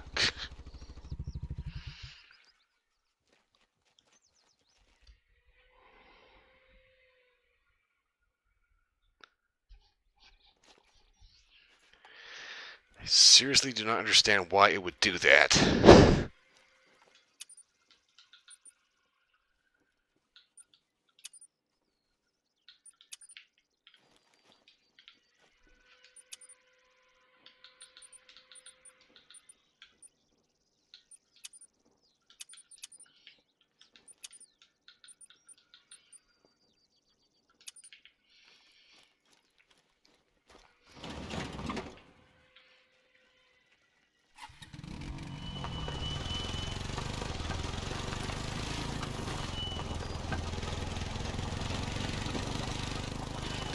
Okay, so let's try getting this thing again, except with slightly less suicidal results.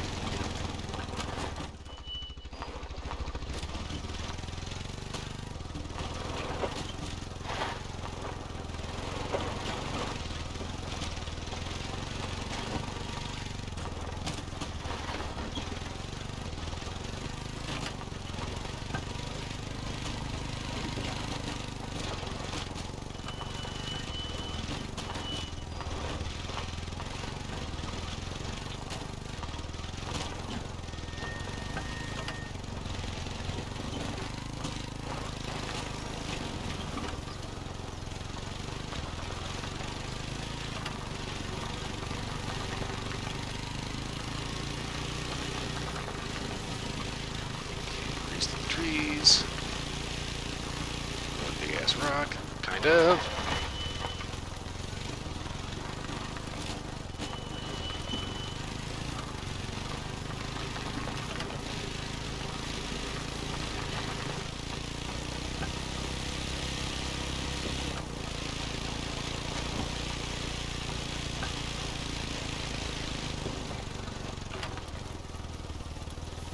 Okay, I distinctly said slightly less suicidal results.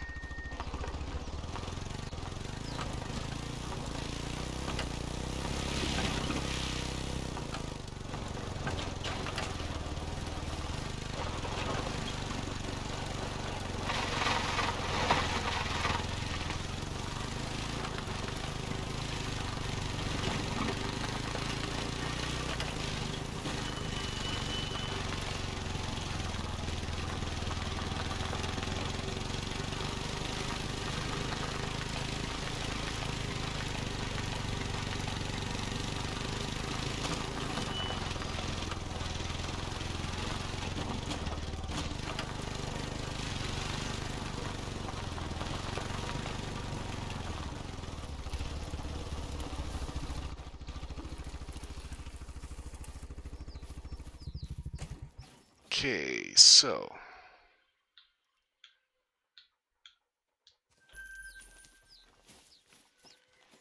well, I made it. And all of a sudden that need zone disappeared, probably because that Ibex ended up stomping around all over the place.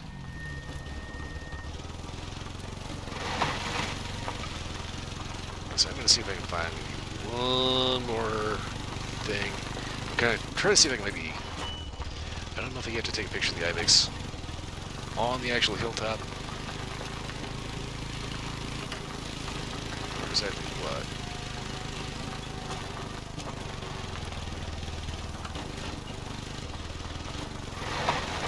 Thinking of being on the hilltop, it's not saying exactly where, you know. It says the hilltop, normally they have like a cordoned off zone. But this one just says photograph an Ibex. All I have to do now is find one. Close up. At least zoomed in enough to actually get the shot.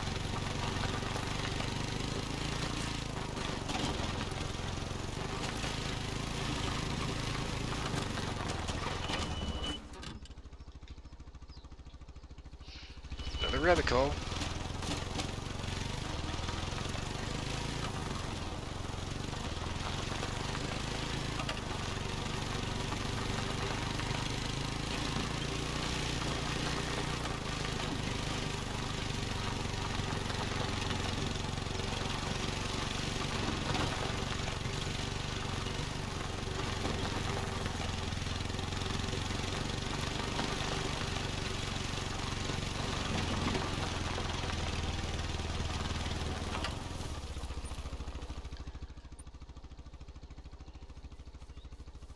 Okay, just trying to make sure I'm not running out of river. I have, however, run out of tracks.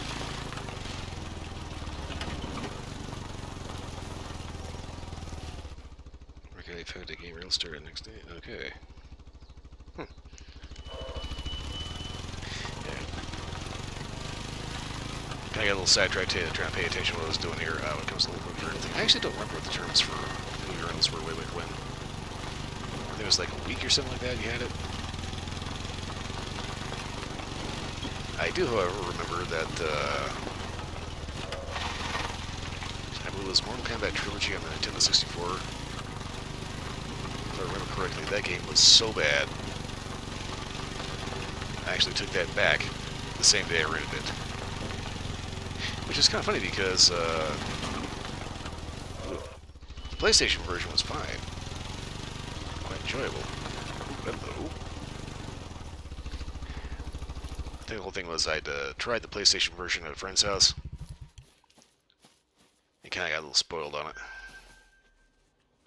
Okay, so we have an Ibex drink zone. There's 8 creatures attached to it.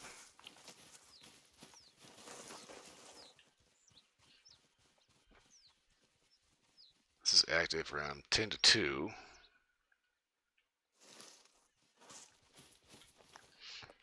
Okay, so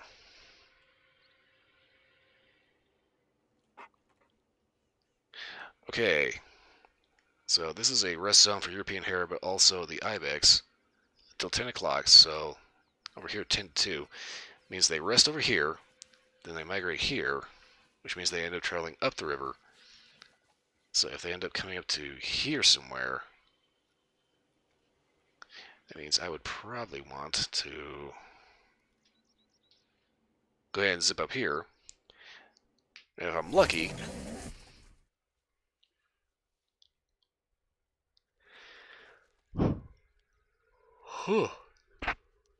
excuse me. Hate that. Oh, God. Eyelid. Horrible place to get a muscle spasm.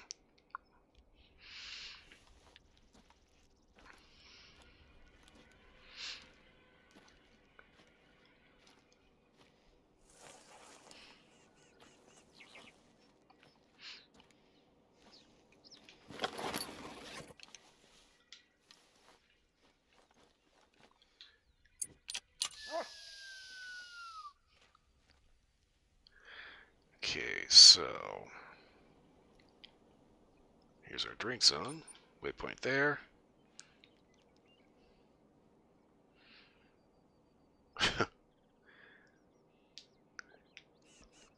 Used to go to Blockbuster because they had a little eye candy for you, eh? Okay. Yeah, back when I was actually renting for Blockbuster, like I said, Mortal Kombat Trilogy was the first game that was so bad I took it back the same day I rented it. And there was Mario Kart 64, which was, I think, the only game I ever rented more than once. I rented it more than once. I never actually got around to actually buying it for some reason. God, I still remember renting Nintendo 64 stuff.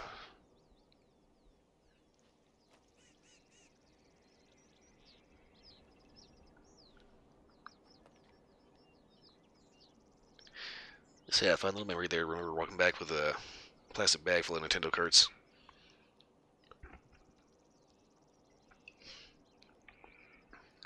Messing around with like 5 or 6 games over the weekend.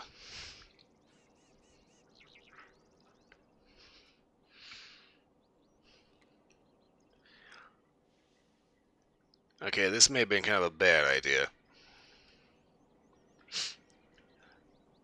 So my thought process, like I said, was got a rest zone here, drink zone here. I'm thinking hopefully somewhere between here and here there should be a feed zone.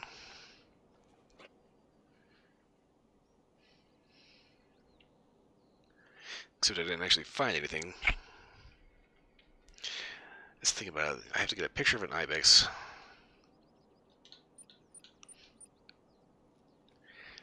Here's the highest hill in Cuatro Colinas, which is where I am now. He wants the picture taken from up here, and there's no way to actually call an ibex.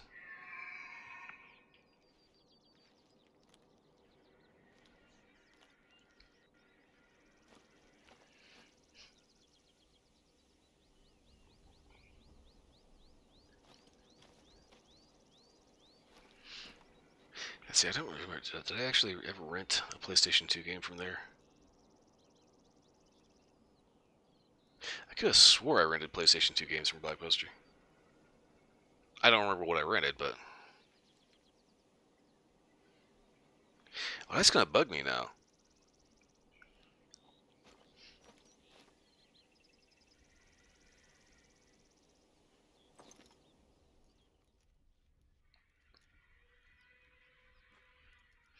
Okay, those are tracks.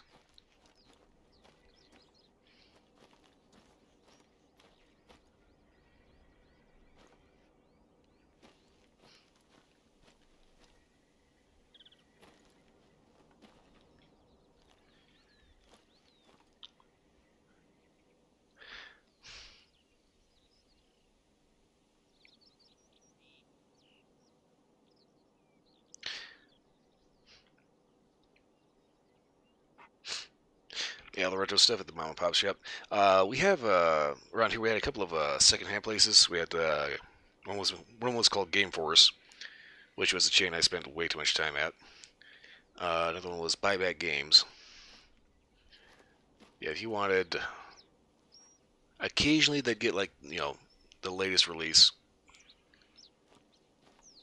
But it's like, if you're looking for that one obscure Super Nintendo title from way back when that maybe 5 people heard about.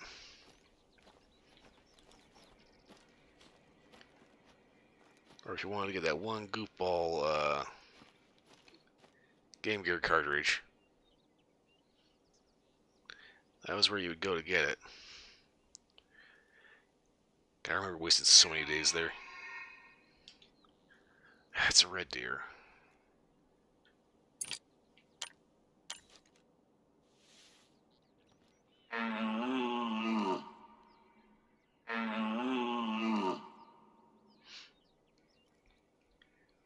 I remember I tried out Nintendo 64's Multi-Racing Championship there. Decent little off-road kind of sort of rally racer. They ever go to a place called Funko Games? I don't think we ever had a Funko. So we had the local places, Buyback Game Force. Had Toys R Us, GameStop. I remember there's GameStop and Electronics Boutique, and they ended up kind of merging. I also remember way back, this is seriously dating me, back when GameStop used to be called Babbage's. And they used to specialize in computer games, obviously named after Charles Babbage, who came up with one of the first quote-unquote computers. All clockwork. But it was basically a clockwork calculator that he invented.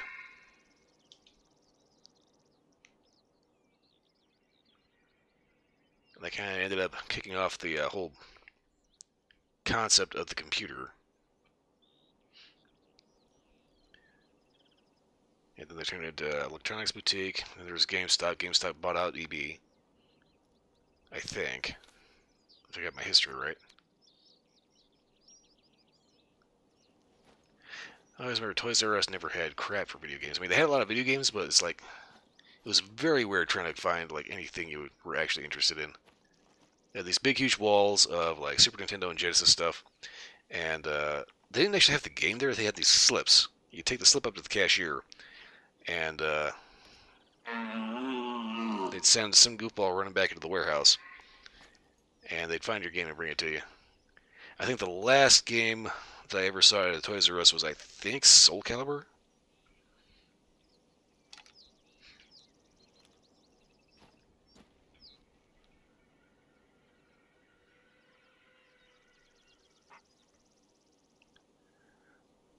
Four retros for $5 each. If you got a fifth, if you bought 5, you got a 6th one free. That sounds pretty cool. The only problem is that, I was very, very specific, so it's like, yeah, okay, so I got 4 games, but it's like, okay, I could probably find a 5th. What am I going to do for the 6th one? Oh, hey, it's Kid Acro. Okay, right. The fuck is this? That's the things I really love about, like, the Sega Genesis Master Collection. Or just Sega Genesis Collection, I think is what it's called. I keep hearing something's clicking around.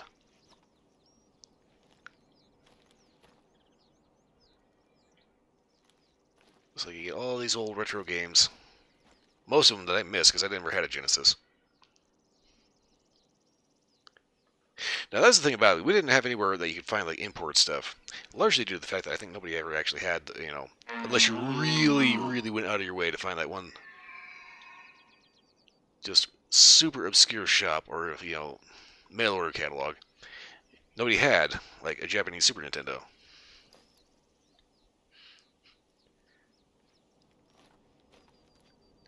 Of course, fast forward to modern day, all you need is just an emulator of the right BIOS. Yeah, the Toys R Us slips. God, I remember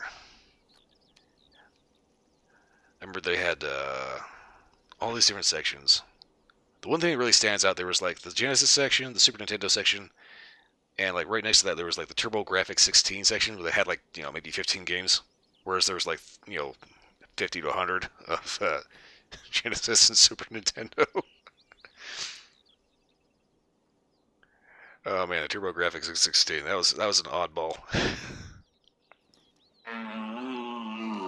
Funny thing is, if you ever remember a game called Bonk's Adventure, Bonk was originally supposed to be a mascot character like Mario and Sonic, but for the TurboGrafx. Then, of course, TurboGrafx went under and Bonk ended up on Genesis and Super Nintendo. Speaking of Genesis and Super Nintendo, that reminds me of like one of the oldest video game rivalries and one of the most interesting developments on how that actually turned out. The whole Sega versus Nintendo thing. It was this kind of, well, basically the last actual Sega console was the Dreamcast. PlayStation 2 came out and just like completely demolished it. But I remember all throughout the Super Nintendo Genesis era, I swear to God, there is something walking around out here.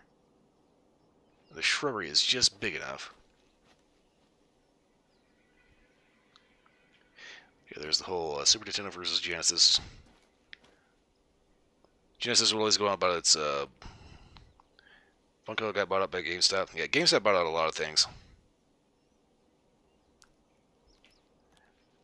I always remember Genesis was going on about its blast processing and some other kind of stupid shit.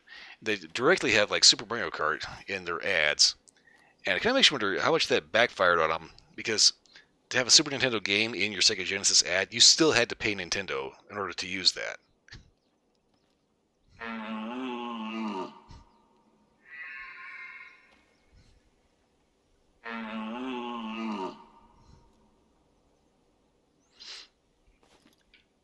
But,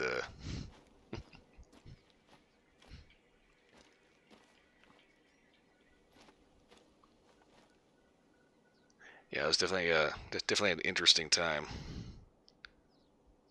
Yeah, the last Sega console was the Dreamcast, so it was Super Nintendo Genesis. Then along comes the Sony PlayStation. That throws a wrench in everybody's gears. Then we have the Sega Saturn. Yeah, the Genesis does what Nintendo don't. Yeah, there was an ad campaign that kind of blew up in their face. What didn't help, though, was the fact that Sega kept trying to go toe-to-toe with Super Nintendo. Along comes the PlayStation, then they try to get the Genesis to go toe-to-toe with the Sony PlayStation. So they add the 32X, they add the Sega CD. I think they added some other goofy thing. But they added all this, additional crap that you could kind of, plug into your Sega Genesis to kind of make it into this just like uber console thing.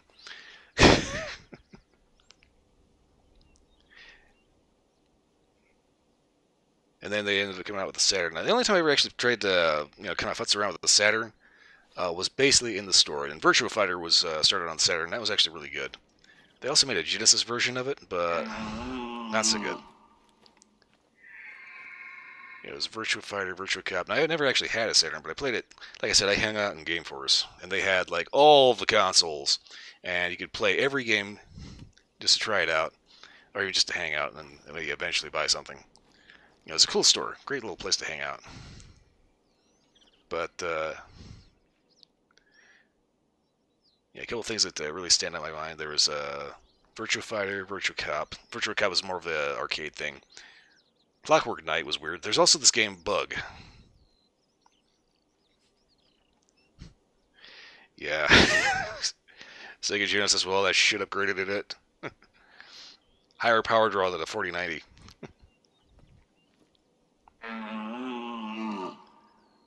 Yeah. Yeah, there's a rather obscure now game for the Sega Saturn called Bug. There's Bug and Bug 2. It was basically a 2D side-scroller, but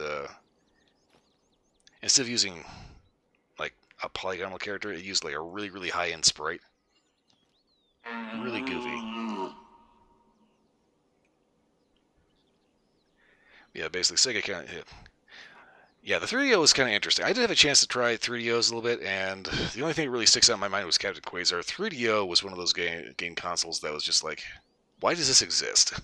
Yeah, it's one of the first disc-based, but at the same time, it was just, the actual stuff that was on it was so weird.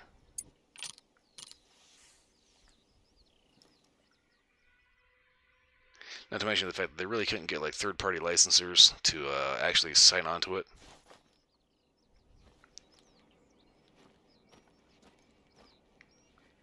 Man, damn, fucking nostalgia trip. After stream, I'm gonna have to fire up an emulator and like bootleg the shit out of something.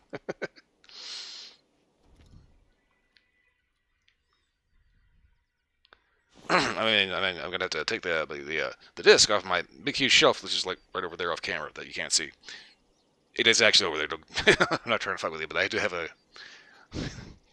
I do love him. I do love a good emulator. Allows you to keep playing your favorite games from way back when, and not have to worry about like accidentally blowing up a piece of 30-year-old hardware that they don't make anymore. Or like breaking your Super Nintendo controller.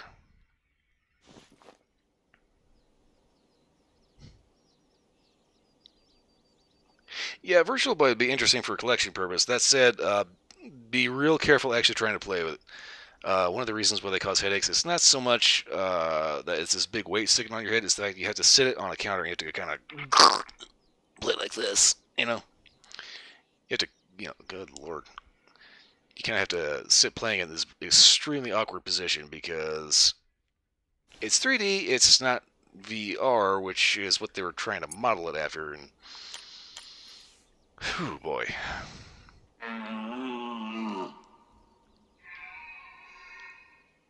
Yeah, the Virtual Boy was a very odd duck.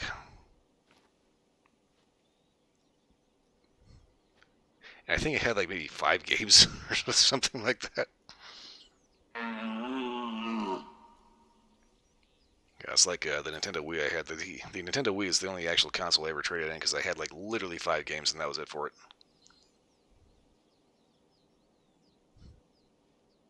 Two of which eventually showed up on PlayStation 2. And PlayStation did it better.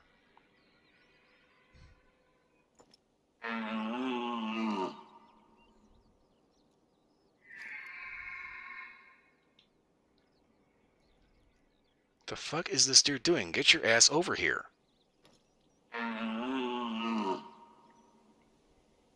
it was Mario Tennis. There's also this goofy robot punch thing where you see this, big fist in your face.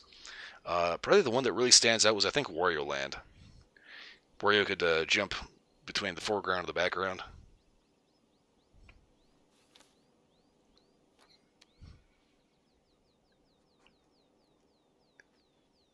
And I always thought it was really, really weird that it was basically a Game Boy that was capable of 3D graphics. Like actual 3D-dimensional, like depth of field. You could actually see, 3D. That was part of the headache-inducing thing. But it was sprite-based, and everything was all red, black and red. So you've got this big weird contraption that you have to crane your neck to sit into. You've got this eyesore black and red sprite scheme. Not to mention you've got a 3D effect where you see a 3-dimensional image. At least that's how your brain's supposed to interpret it, but you're still fundamentally looking at a 2D image. So your brain's kind of trying to correlate and focus. And it's like the same reason why people get headaches walking out of like 3D movies today. You're still, focusing on things in the foreground and the background, but it's fundamentally still a 2D image. Yeah, Super Mario Land 2 Wario was the villain. Yeah, I weirdly enough, I never got around to playing Super Mario Land 2. I think probably one of my favorite Super Nintendo games, though, was Super Mario RPG.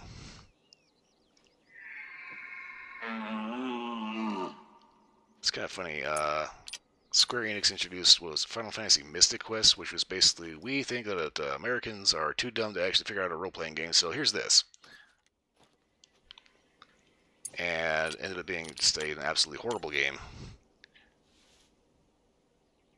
But if they had never done that and instead released Super Mario RPG and like that was it, Super Mario RPG was probably the best intro to Square RPGs. Because you have familiar characters, Mario, Toad, Bowser, Peach, this goofy marshmallow dude named Mallow, and a talking doll named Gino.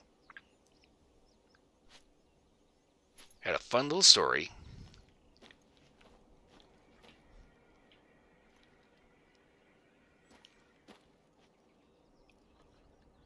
I keep hearing something. I'm starting to wonder if I think it's the dog licking his chops. We had, characters you knew, fun little story, and it introduced you very easily and very effectively to the basic gameplay tenets of a turn-based RPG. It also had a couple little goofball mechanics, like there was this one like bow and arrow boss that he'd be sitting on buttons that corresponded to the face buttons of the controller. He'd shoot an arrow into the sky, and it'd come down and pop a button, and it would lock that button to wherever function was mapped to that button, like attack or use item. You couldn't use it. Yeah, actually, that was very much pre-Paper Mario.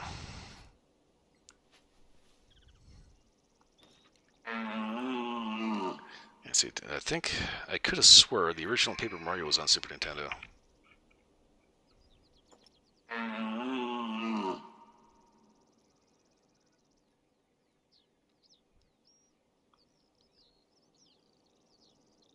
I'm just about ready to call satellite surveillance on that goddamn deer. Launch an artillery strike on his ass.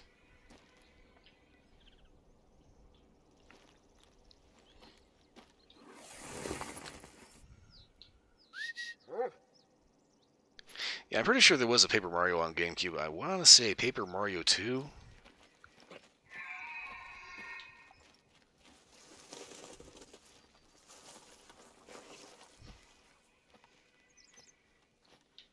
Yeah, GameCube was PlayStation 2, or I had a PlayStation 2, I had a GameCube. I had the GameCube Zelda games, and like a couple other oddball GameCube games. I still have them, by the way. I still have my GameCube. But PlayStation 2 showed up, and that just steamrolled over everything. I still miss my PlayStation 2. I traded it in for an upgrade to a PlayStation 3. It was the full 60 gig version, so it had full backwards compatibility. The way they managed to do that was basically by taking a PlayStation 2. Did I have the rare Zelda game? I don't think I had the rare one. I had Majora's Mask Ocarina of Time. Eventually, let's see, I had I said Majora's Mask and Ocarina of Time. They did a reissue of those on the Cube. There was, I don't remember if I actually bought Wind Waker. I think I did. Yeah, I did.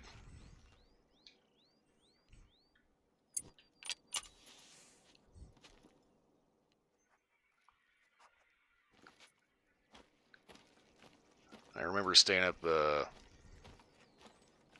about this late, actually playing Twilight Princess.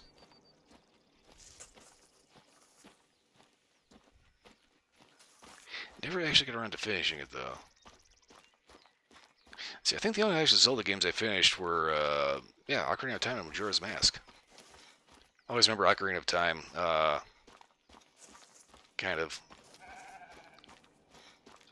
really kind of messed with me a little bit, because it's like, it's a Nintendo 64 game, and it had a 3D character with pre-rendered backgrounds.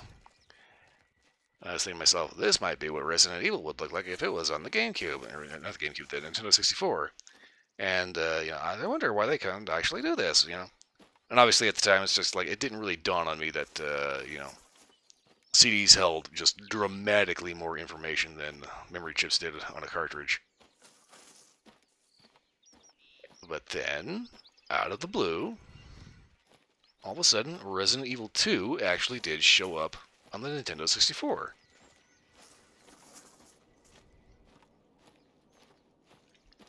I still have that somewhere too, and honestly, best version of the original RE2, Dreamcast version.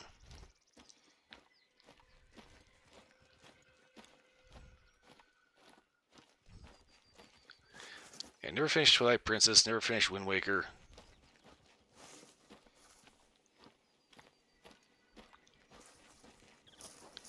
I'm trying to think back to all the GameCube stuff that I had. It's kind of weird how you can like get really like weirdly nostalgic with Nintendo shit. Yeah, for some reason, like people tend to blow off Sega stuff like, what? Who? I just remember Sonic. The weird thing is, everybody always like really fondly remembers like Sonic Adventure, like 1 and 2, and this is probably gonna end up flipping a couple of switches for some people. But Pro Jared put out a couple of kind of retrospectives talking about Sonic Adventure 1 and 2, like retro reviews. Skinflake. And he pointed out that, yeah, actually, they're not that good. It's just that people always remember the good parts because the good parts were great. That never kept going on about the freaking Chow Garden, which was fucking stupid as hell.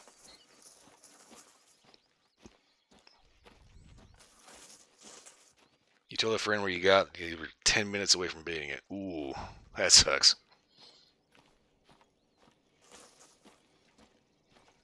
And see, Metroid was always fun. Especially the Metroid Prime series.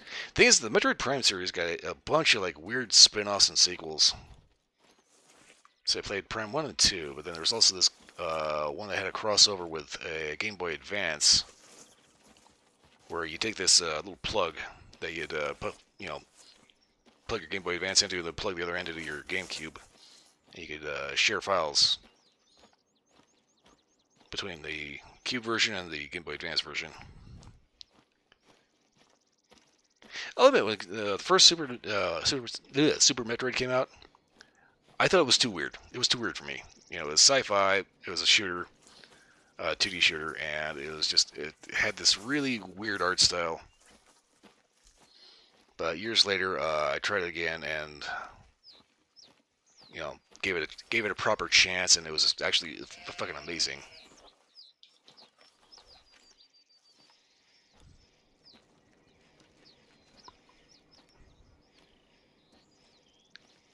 Then along comes Metroid Prime, and basically Super Metroid kind of turned into one of my favorite Super Nintendo's games, and Metroid Prime showed up, turned into a first-person shooter on, I believe, the Nintendo 64.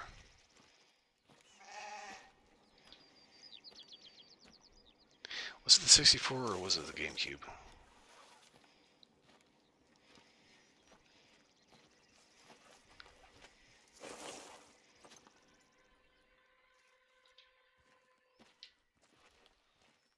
I want to say the 64 because it had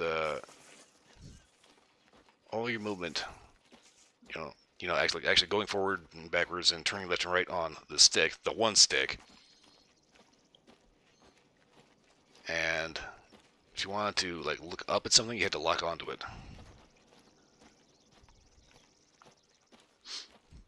Yeah, the whole God, what the hell was that even called? It was a link cable for the Cube and the Game Boy Advance. I still had mine, and I think I had maybe one game, maybe two that actually used it. And honestly, that's always been one of Nintendo's big problems, is the fact that they rely way too much on gimmicks.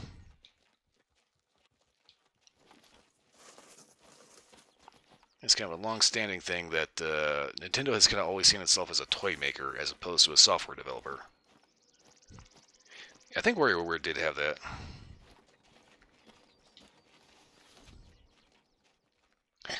Ooh, here we go.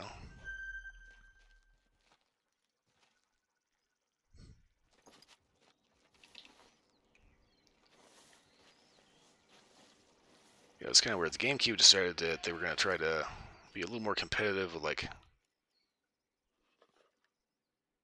well, the competition, as it were.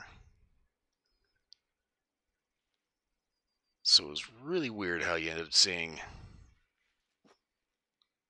Mario Party show up on the same system that had Eternal Darkness? Sanity's Requiem?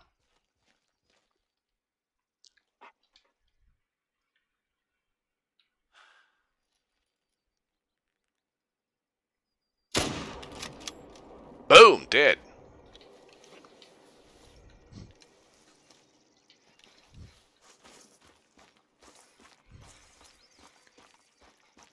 Yeah, I think it was Eternal Darkness Sanity's Requiem. That one was really good.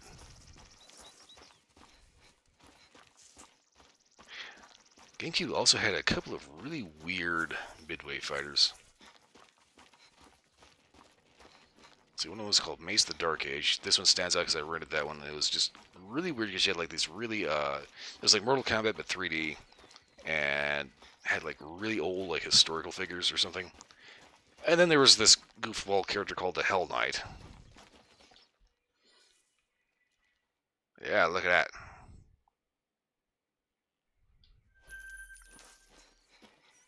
There's also Biofreaks, which was also on the PlayStation. Donkey Kong drums for Donkey Kong Jungle. Yeah, that right there goes back to Nintendo's over-reliance on gimmicks. The Wii got really bad about the stupid peripherals, you know. You go to a GameStop, you buy the newest peripheral for the Nintendo Wii, and it's just this stupid, like, you know, frying pan, tennis racket, fishing pole thing that you'd stuck the Wiimote into. That usually would end up actually impeding the function of the damn thing.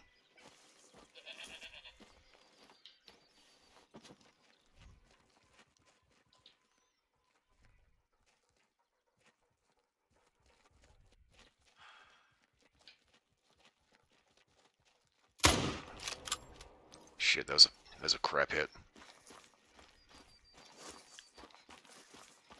Yeah, basically the Nintendo 64 was basically where Nintendo kind of started to really start kind of losing its mind.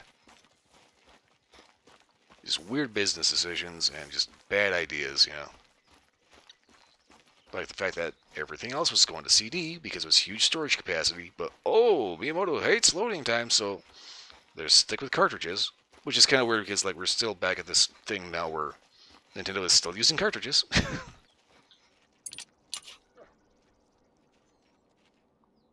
Have a fishing pole for the Rapella game. Okay.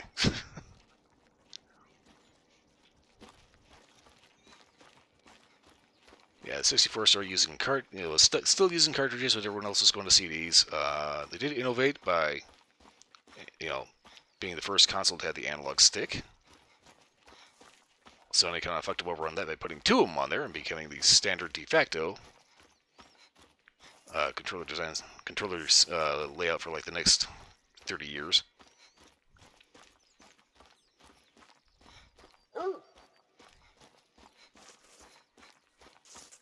Yeah, the 64's business strategy was based around quality over quantity, which only works when every game is a AAA blockbuster. Blech.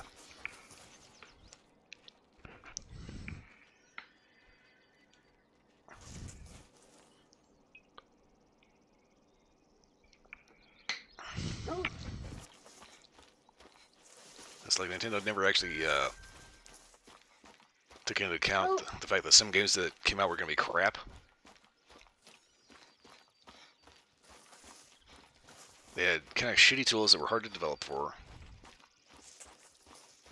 They also had some really weird licensing things where it's like there are certain things that Nintendo just will not allow on their consoles, which I found was kind of amazing that the 64 had Shadow Man. Because honestly, Acclaim that made Shadow Man and Turok Dinosaur Hunter and Mortal Kombat and such. On the 64, they could get away with murder.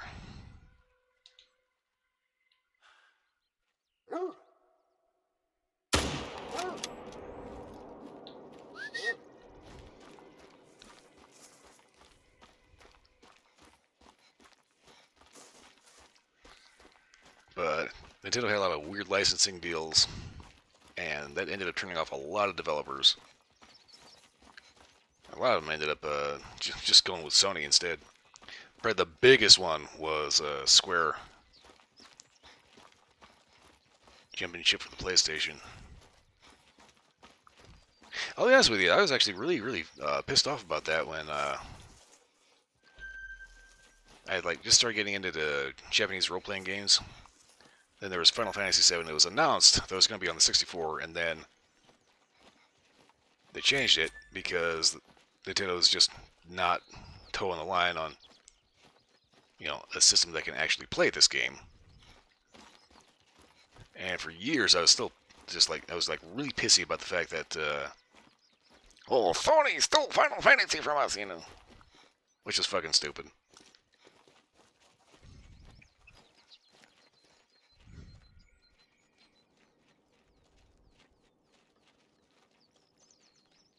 Went to a GameStop and told the manager you wanted to buy the fishing game. Left across the counter to get it onto the floor to hand it to you. Really? I'm guessing that's one of those things that was sitting around taking up inventory space and they just wanted to get rid of the damn thing.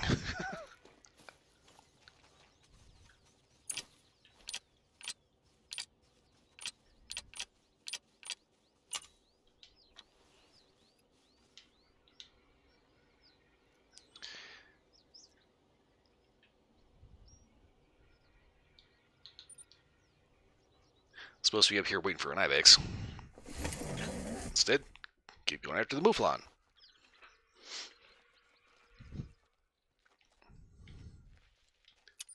Yes, like for years I was real salty about Final Fantasy and Square in general just moving over to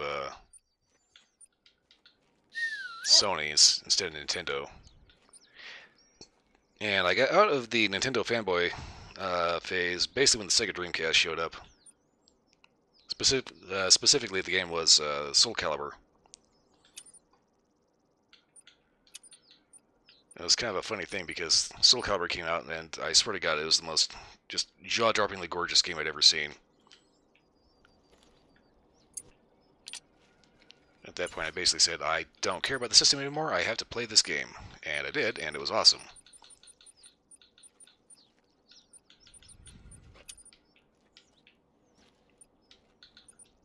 And ever since then, the whole concept of the console fanboy has struck me as being just really stupid.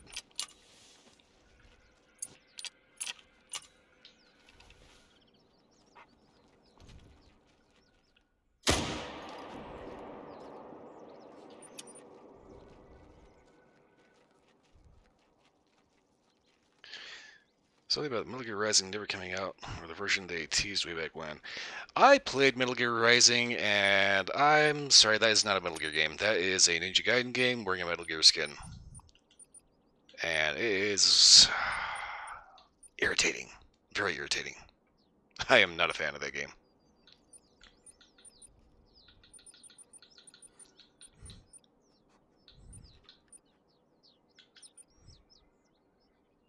So you could go with this.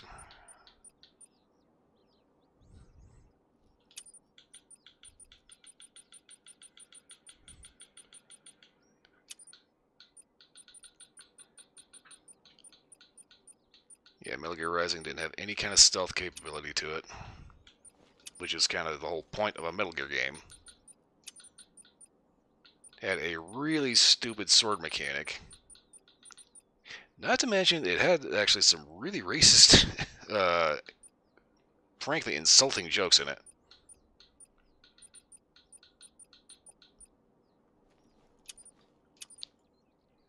Another thing it does is it kind of shits all over all the character development from previous games.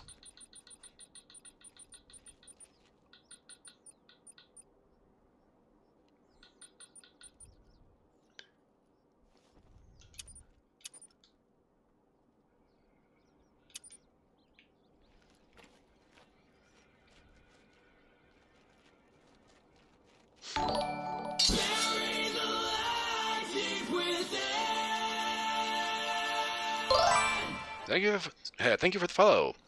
Give me a second to kind of whip my whistle a little bit. I'm getting really dry teeth.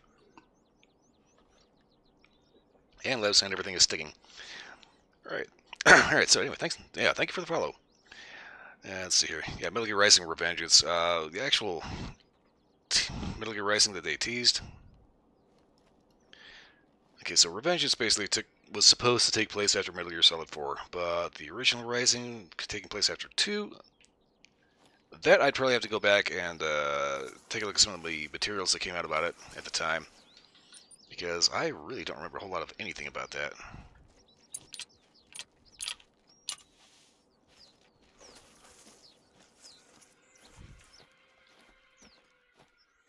I just remember that Revengeance, one, stupid name, and two, really stupid game. Let's see, where am I going?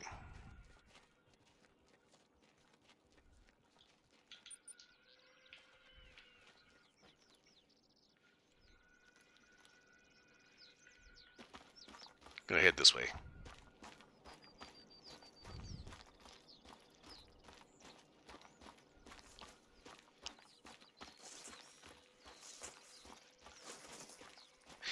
Just kind of start thinking, you start getting on the topic of Metal Gear. Eventually, I'm probably gonna end up picking up Metal Gear Solid 5 because I played it on Xbox and I really enjoyed it. Story was kind of dumb, but as I mentioned, superfluous and really didn't need to be there. But I think probably the bigger thing with Metal Gear Solid 5 is the bizarre lengths that Konami tried to go to basically turn Kojima into Voldemort.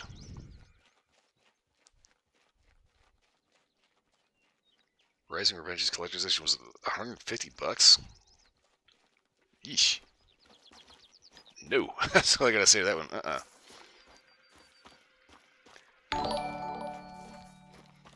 Am I getting raided? Wait, no, what?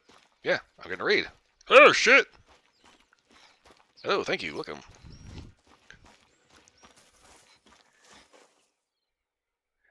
$150 for Revengeance because it came with a sword light. Yeah, I'm sorry, Metal Gear Rising Revengeance was just the dumbest game. Which is really sad that it has to have the Metal Gear moniker attached to it. No, hey Raiders, hello, if you're still here. Been talking about a little kind of retro gaming and just gaming history and some of my particular history with certain consoles and companies and various oddball things from over the years.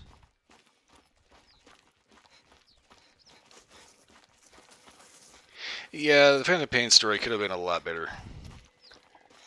You just happened off, so you decided to raid some. Well, thank you, I appreciate that.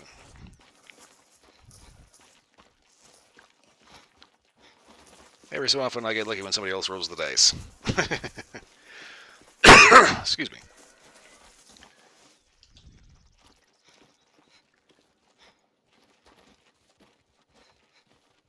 Yeah, eventually I do plan on, eventually at some point getting Metal Gear Solid 5 on PC here. Like I said, I played it on Xbox, and it was good. But one of the things I didn't like about it was the way they did the weapon customization system. Because like Metal Gear Solid 4, I don't think it actually had weapon customization, but it actually still had real-world weapons. Metal Gear Solid 4 was made by a bunch of gun nuts. And 5, they wanted to kind of keep going with that whole motif. And add a lot of customization to it. Problem is, a lot of the customizations really didn't do anything. I mean, they added stats, but it's like you really couldn't like legit customize anything, you know? Not to mention, there was a lot of really obscure stuff that you had to do some kind of like grind gymnastics in order to actually get to. I really thought the gameplay was actually a lot of fun. Gameplay, setting, ambiance, all that stuff. I really do wish they'd do a reissue of Metal Gear Solid 4, though.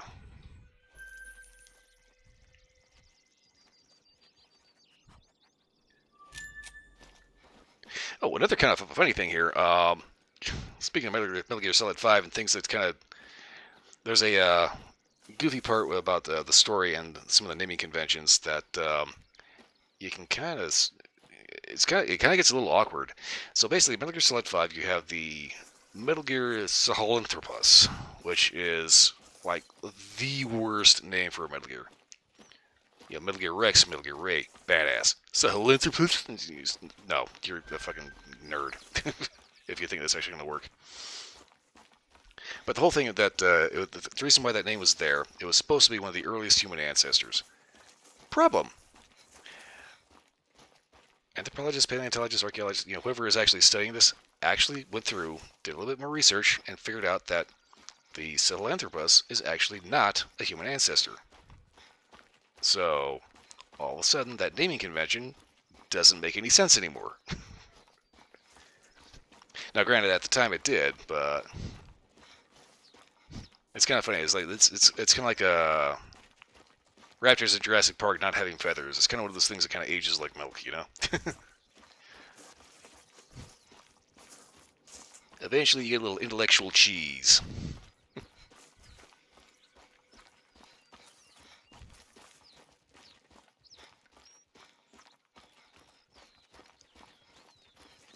But in all honesty, I really do wish that somebody would end up. I really wish that somebody would actually just like buy the rights to Metal Gear and just like give it back to Kojima. So that way he could properly do like a reissue of 4.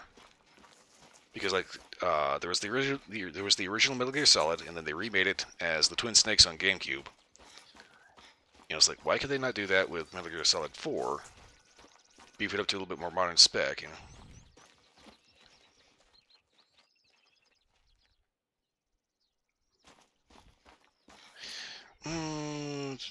The Sniper Wolf story from. God, I really do. Here's the thing: Sniper Wolf story in original Metal Gear. I don't really remember it that much because it was a long time ago. But the thing that kind of really throws a wrench in that gears is the fact that there is the YouTuber Sniper Wolf that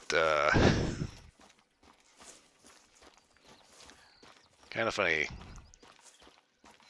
She ended up taking that name and ended up kind of running it into the ground.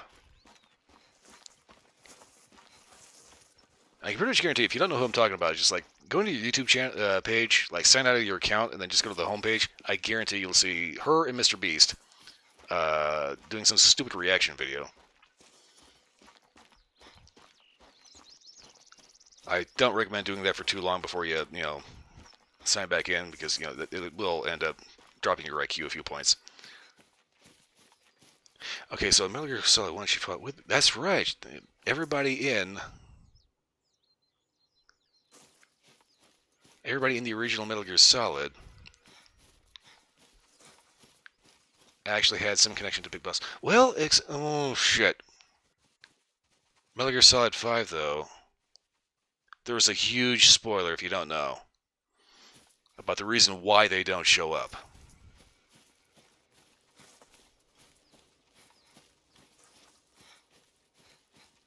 I'm actually not going to say anything about that because...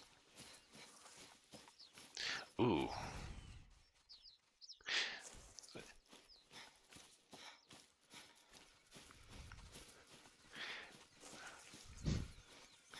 Yeah, basically, it's one of those things that it's like I do want to eventually get the game and stream it, because believe it or not, the actual specs for it are pretty light. So I should be able to stream it just fine. But the thing is, I started thinking about that. If Konami is even remotely as pissy about copyright shit as like Disney, that could be an issue. I just thought about that. It's kind of one of those things, Japanese lawyers really do not understand U.S. copyright law, and they don't actually have a concept of fair use. Yeah, the Master Miller thing got very weird. I kind of don't want to go too much into that just because of the fact that, well, again, spoilers. Although I suppose by this time, the statute of limitations of that... I guess Metal Gear Solid 5 has been out a while. Like, borderline long enough that, people should know what's going on, but at the same time, in order to actually know, you kind of have to get really, like, balls deep into the game. All right, I'm just going to go ahead and, it's like, I know what happens. and for anybody that doesn't, I'm just going to go ahead and be quiet about it.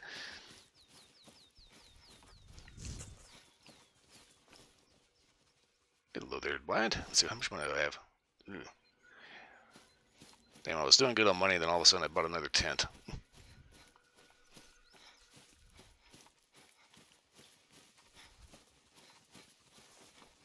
Okay, those are just rocks. Every so often I'll see something that looks like a deer or something lying down, and that's not it. That's kind of the thing about Metal Gear. Is like you really can't talk about anything Metal Gear, at least anything recent Metal Gear, without just huge spoilers. And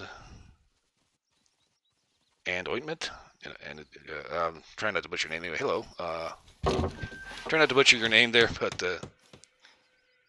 Anandy, okay, Anandy ointment, A&D ointment. I am just going to end up tripping over that. I know it. I'm not trying to. I promise.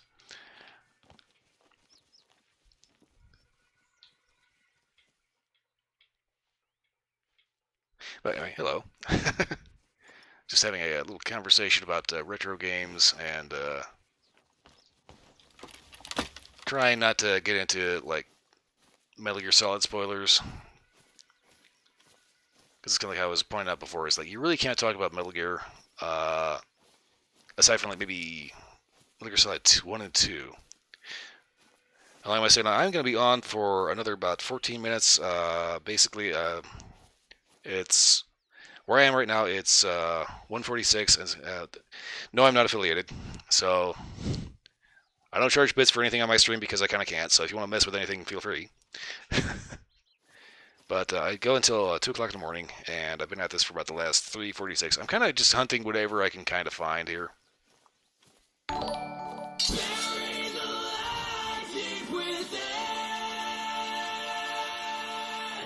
Thank you for the follow. I appreciate that.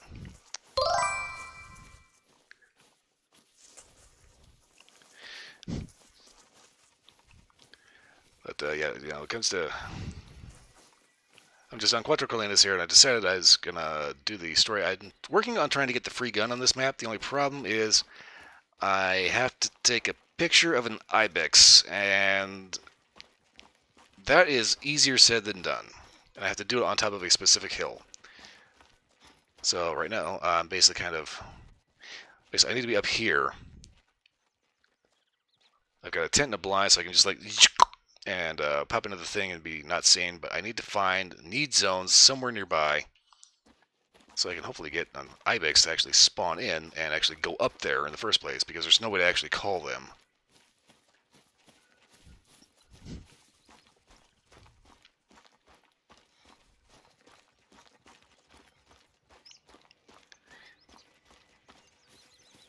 Yeah, I'll be honest with you, the story on Cuatro Colinas is not really that great, you know, I mean, it's okay, but...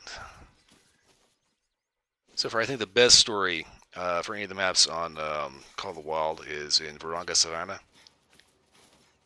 Deals with African poaching, plus there's a certain amount of just kind of you know, traditional African lore that works its way in, and it's a very interesting little story. I think probably the worst is on Medved Taiga, because that one's just depressing as hell. Okay, let's see here. As long as I'm looking for zones.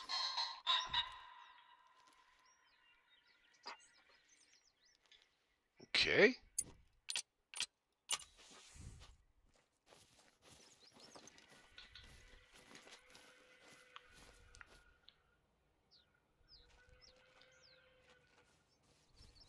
Oh yeah, the visual upgrades for the Metal Gear Solid Pachinko machine. Yeah, that one was just like, oh my god, Konami, what the fuck are you guys doing? So if anybody doesn't know, after Metal Gear Solid 5, the whole debacle with the Kojima basically being turned into Voldemort by Konami, they decided to focus on casino gaming. So they have these pachinko machines with these really, really amazingly like modern rendered cutscenes from Metal Gear Solid 3. That is a game that definitely needs to be reissued. But I don't think they're ever going to do it. But it's weird that Konami showed that they have the capability and the resources to do it. But here's the thing about Konami. It is still a family-owned business, and it's run by a man in his 70s, going on to his 80s now, who is very much a cranky-ass old fart. And for whatever reason, back when Metal Gear Solid 5 released, they had this big, massive shitstorm. Got on everybody's shit list for basically shooting themselves in the foot and firing the guy that made pretty much the most legendary series that they had. But yeah, it's like, oh god. When I think about what they actually, there's a scene in Metal Gear Solid 3 where your character Solid Snake, or Naked Snake actually, crash lands in this like suborbital pod, meets the boss, and the boss ends up shooting the crap out of it. And it plays out in the game, and it looks like a PlayStation 2 game, because that's what it was. The thing is, for the pachinko machine, they upgraded it to like full modern spec, photorealistic, absolutely beautiful as hell. But it's a fucking pachinko machine. Because this just idiotic old man doesn't think there's any legitimate money in video games anymore. Alright, you.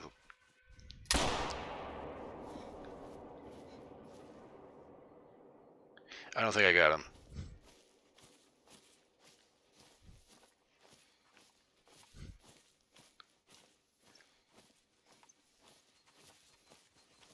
Not gonna lie, in this game I have a little bit of an axe to grind with rabbits.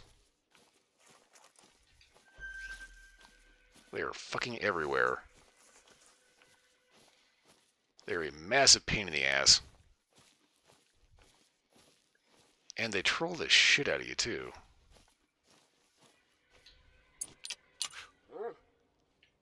I don't think I got him. Yep, I didn't get him.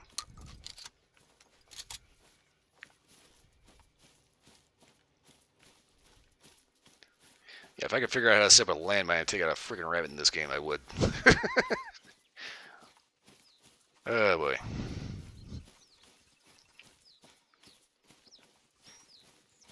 Yeah, I'm still just, like, absolutely flabbergasted that, you know... One, Konami would end up just completely destroying their business. And two, would just end up just not being able to see the potential gold mine they were sitting on. Okay, so here's the thing. Before the whole Metal Gear Solid 5 Kojima thing, we had PT, right? Playable teaser. Silent Hills with Norman Reedus. And Guillermo del Toro. And Kojima. It was one of those games that was, you know, playable teaser.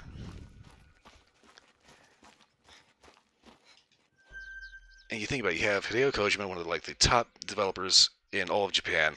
You have Norman Reedus, super popular. Guillermo del Toro, one of the top directors in Hollywood. And they're all going to collaborate to make a Silent Hill game. And because this cranky old man gets butthurt, all of a sudden he just basically kills Silent Hill.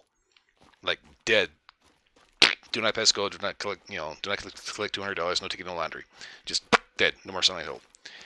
Just, I can't believe that they would do that. But at the end of the day, it did kind of sort of work out, because if they hadn't, we wouldn't have gotten Death Stranding.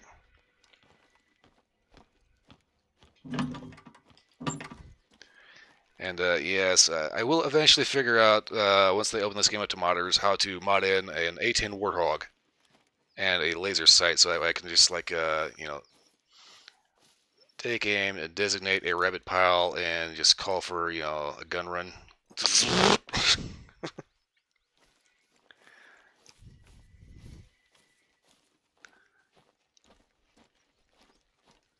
But yeah, the whole Konami thing, just I'm still just flabbergasted and irritated about that. Okay, you know, I'm getting a little short on time. I'm going to go ahead and head over to my trophy lodge. I did manage to get a trophy that I taxied here, so I'm going to go ahead and stick that somewhere in the new Spring Creek Lodge. Well, it's new to me.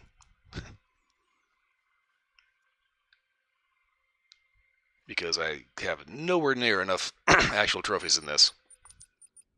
Now, the Africa Lodge is like, you know... By the way, fair warning, when it comes to the trophy lodges, the stream frame rate may end up turning into a slideshow. It's a little wanky.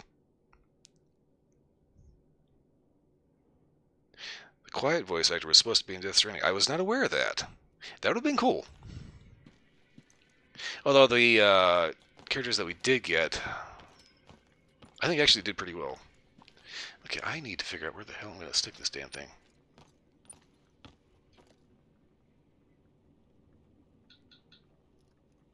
Why for I have so many gold ducks?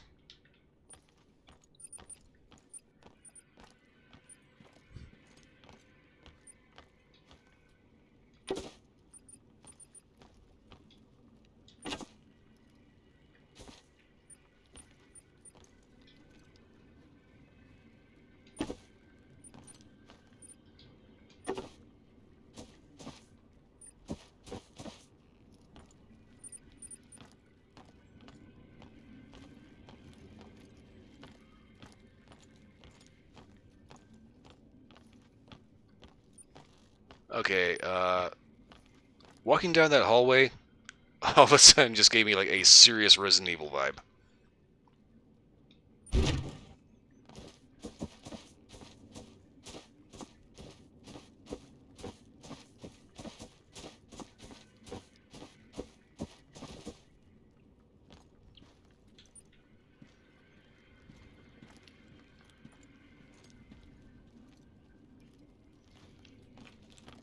Okay, gold red deer.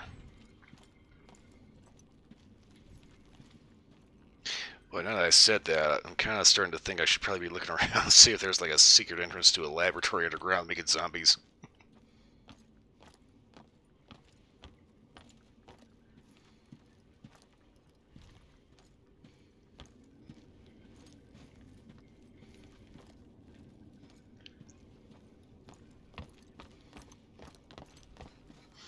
Now, real quick.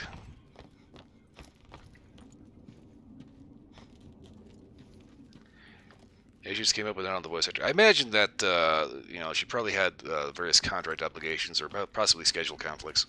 Okay, so here is my raccoon, who is this skeezy little fucker who looks like he's trying to sell you an insurance policy.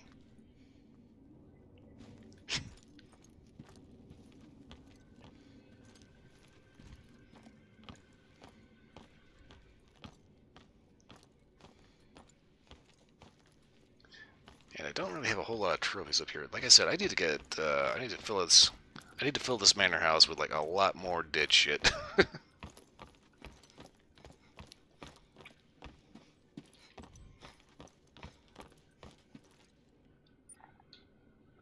Spring Creek. Next step, the African house. Now this is where most of my stuff is, and I have a lot better and a lot more of it. That said, this one is probably gonna. This one will more than likely definitely have frame rate issues because there's just so much shit in here.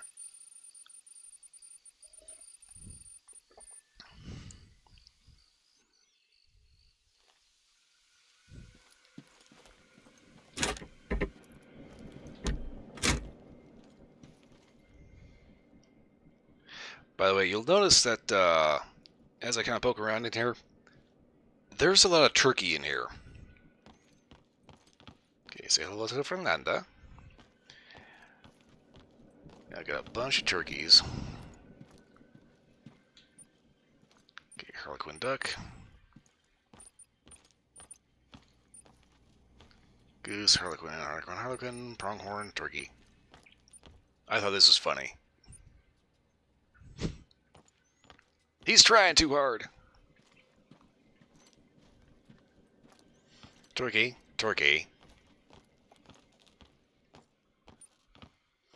Nice little plains bison.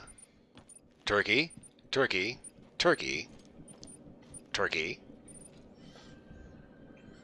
1 second here. Something on my phone.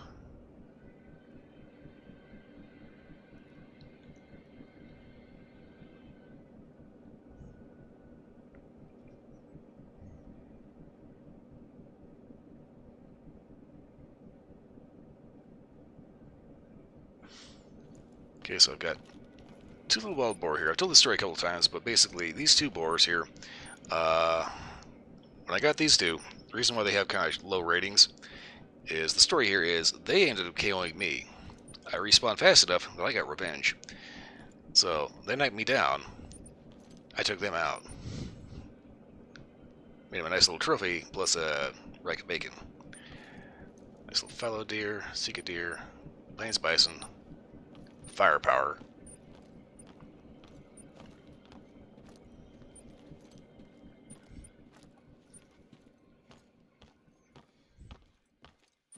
Turkey, more turkey, couple of ducks, reindeer, diamond Iberian wolf. Now this one's actually story related. I'm not sure why it was a diamond, but it was a diamond. Got 2 diamond moose over here. This one was my first diamond ever. Turkey, bison. Got the bison, a couple of red deer, Rocky Mountain elk. 1 and only albino fallow deer that I've ever found. Nice little display. Rocky Mountain elk. All manner of bison. This guy is kind of like, what the fuck did you do to get it here? Well, if I know. Moose I originally had as a joke with my original diamond over there.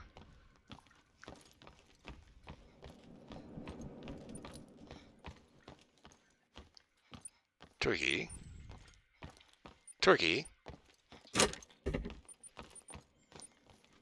Nice little warthog. The wolf pack. Turkey.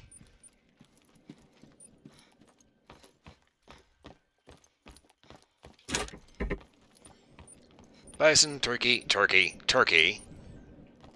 Rabbit. Nope, wait. Yep, that's a rabbit. Turkey. Another turkey. Turkey.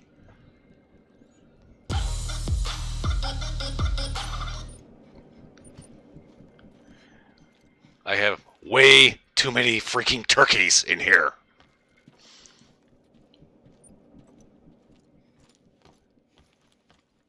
Also, this dude's about to find out the error of his judgment.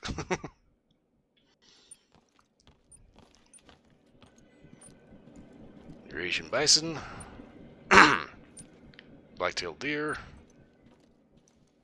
African Satan cow. And a diamond red deer. Still waiting for a great one.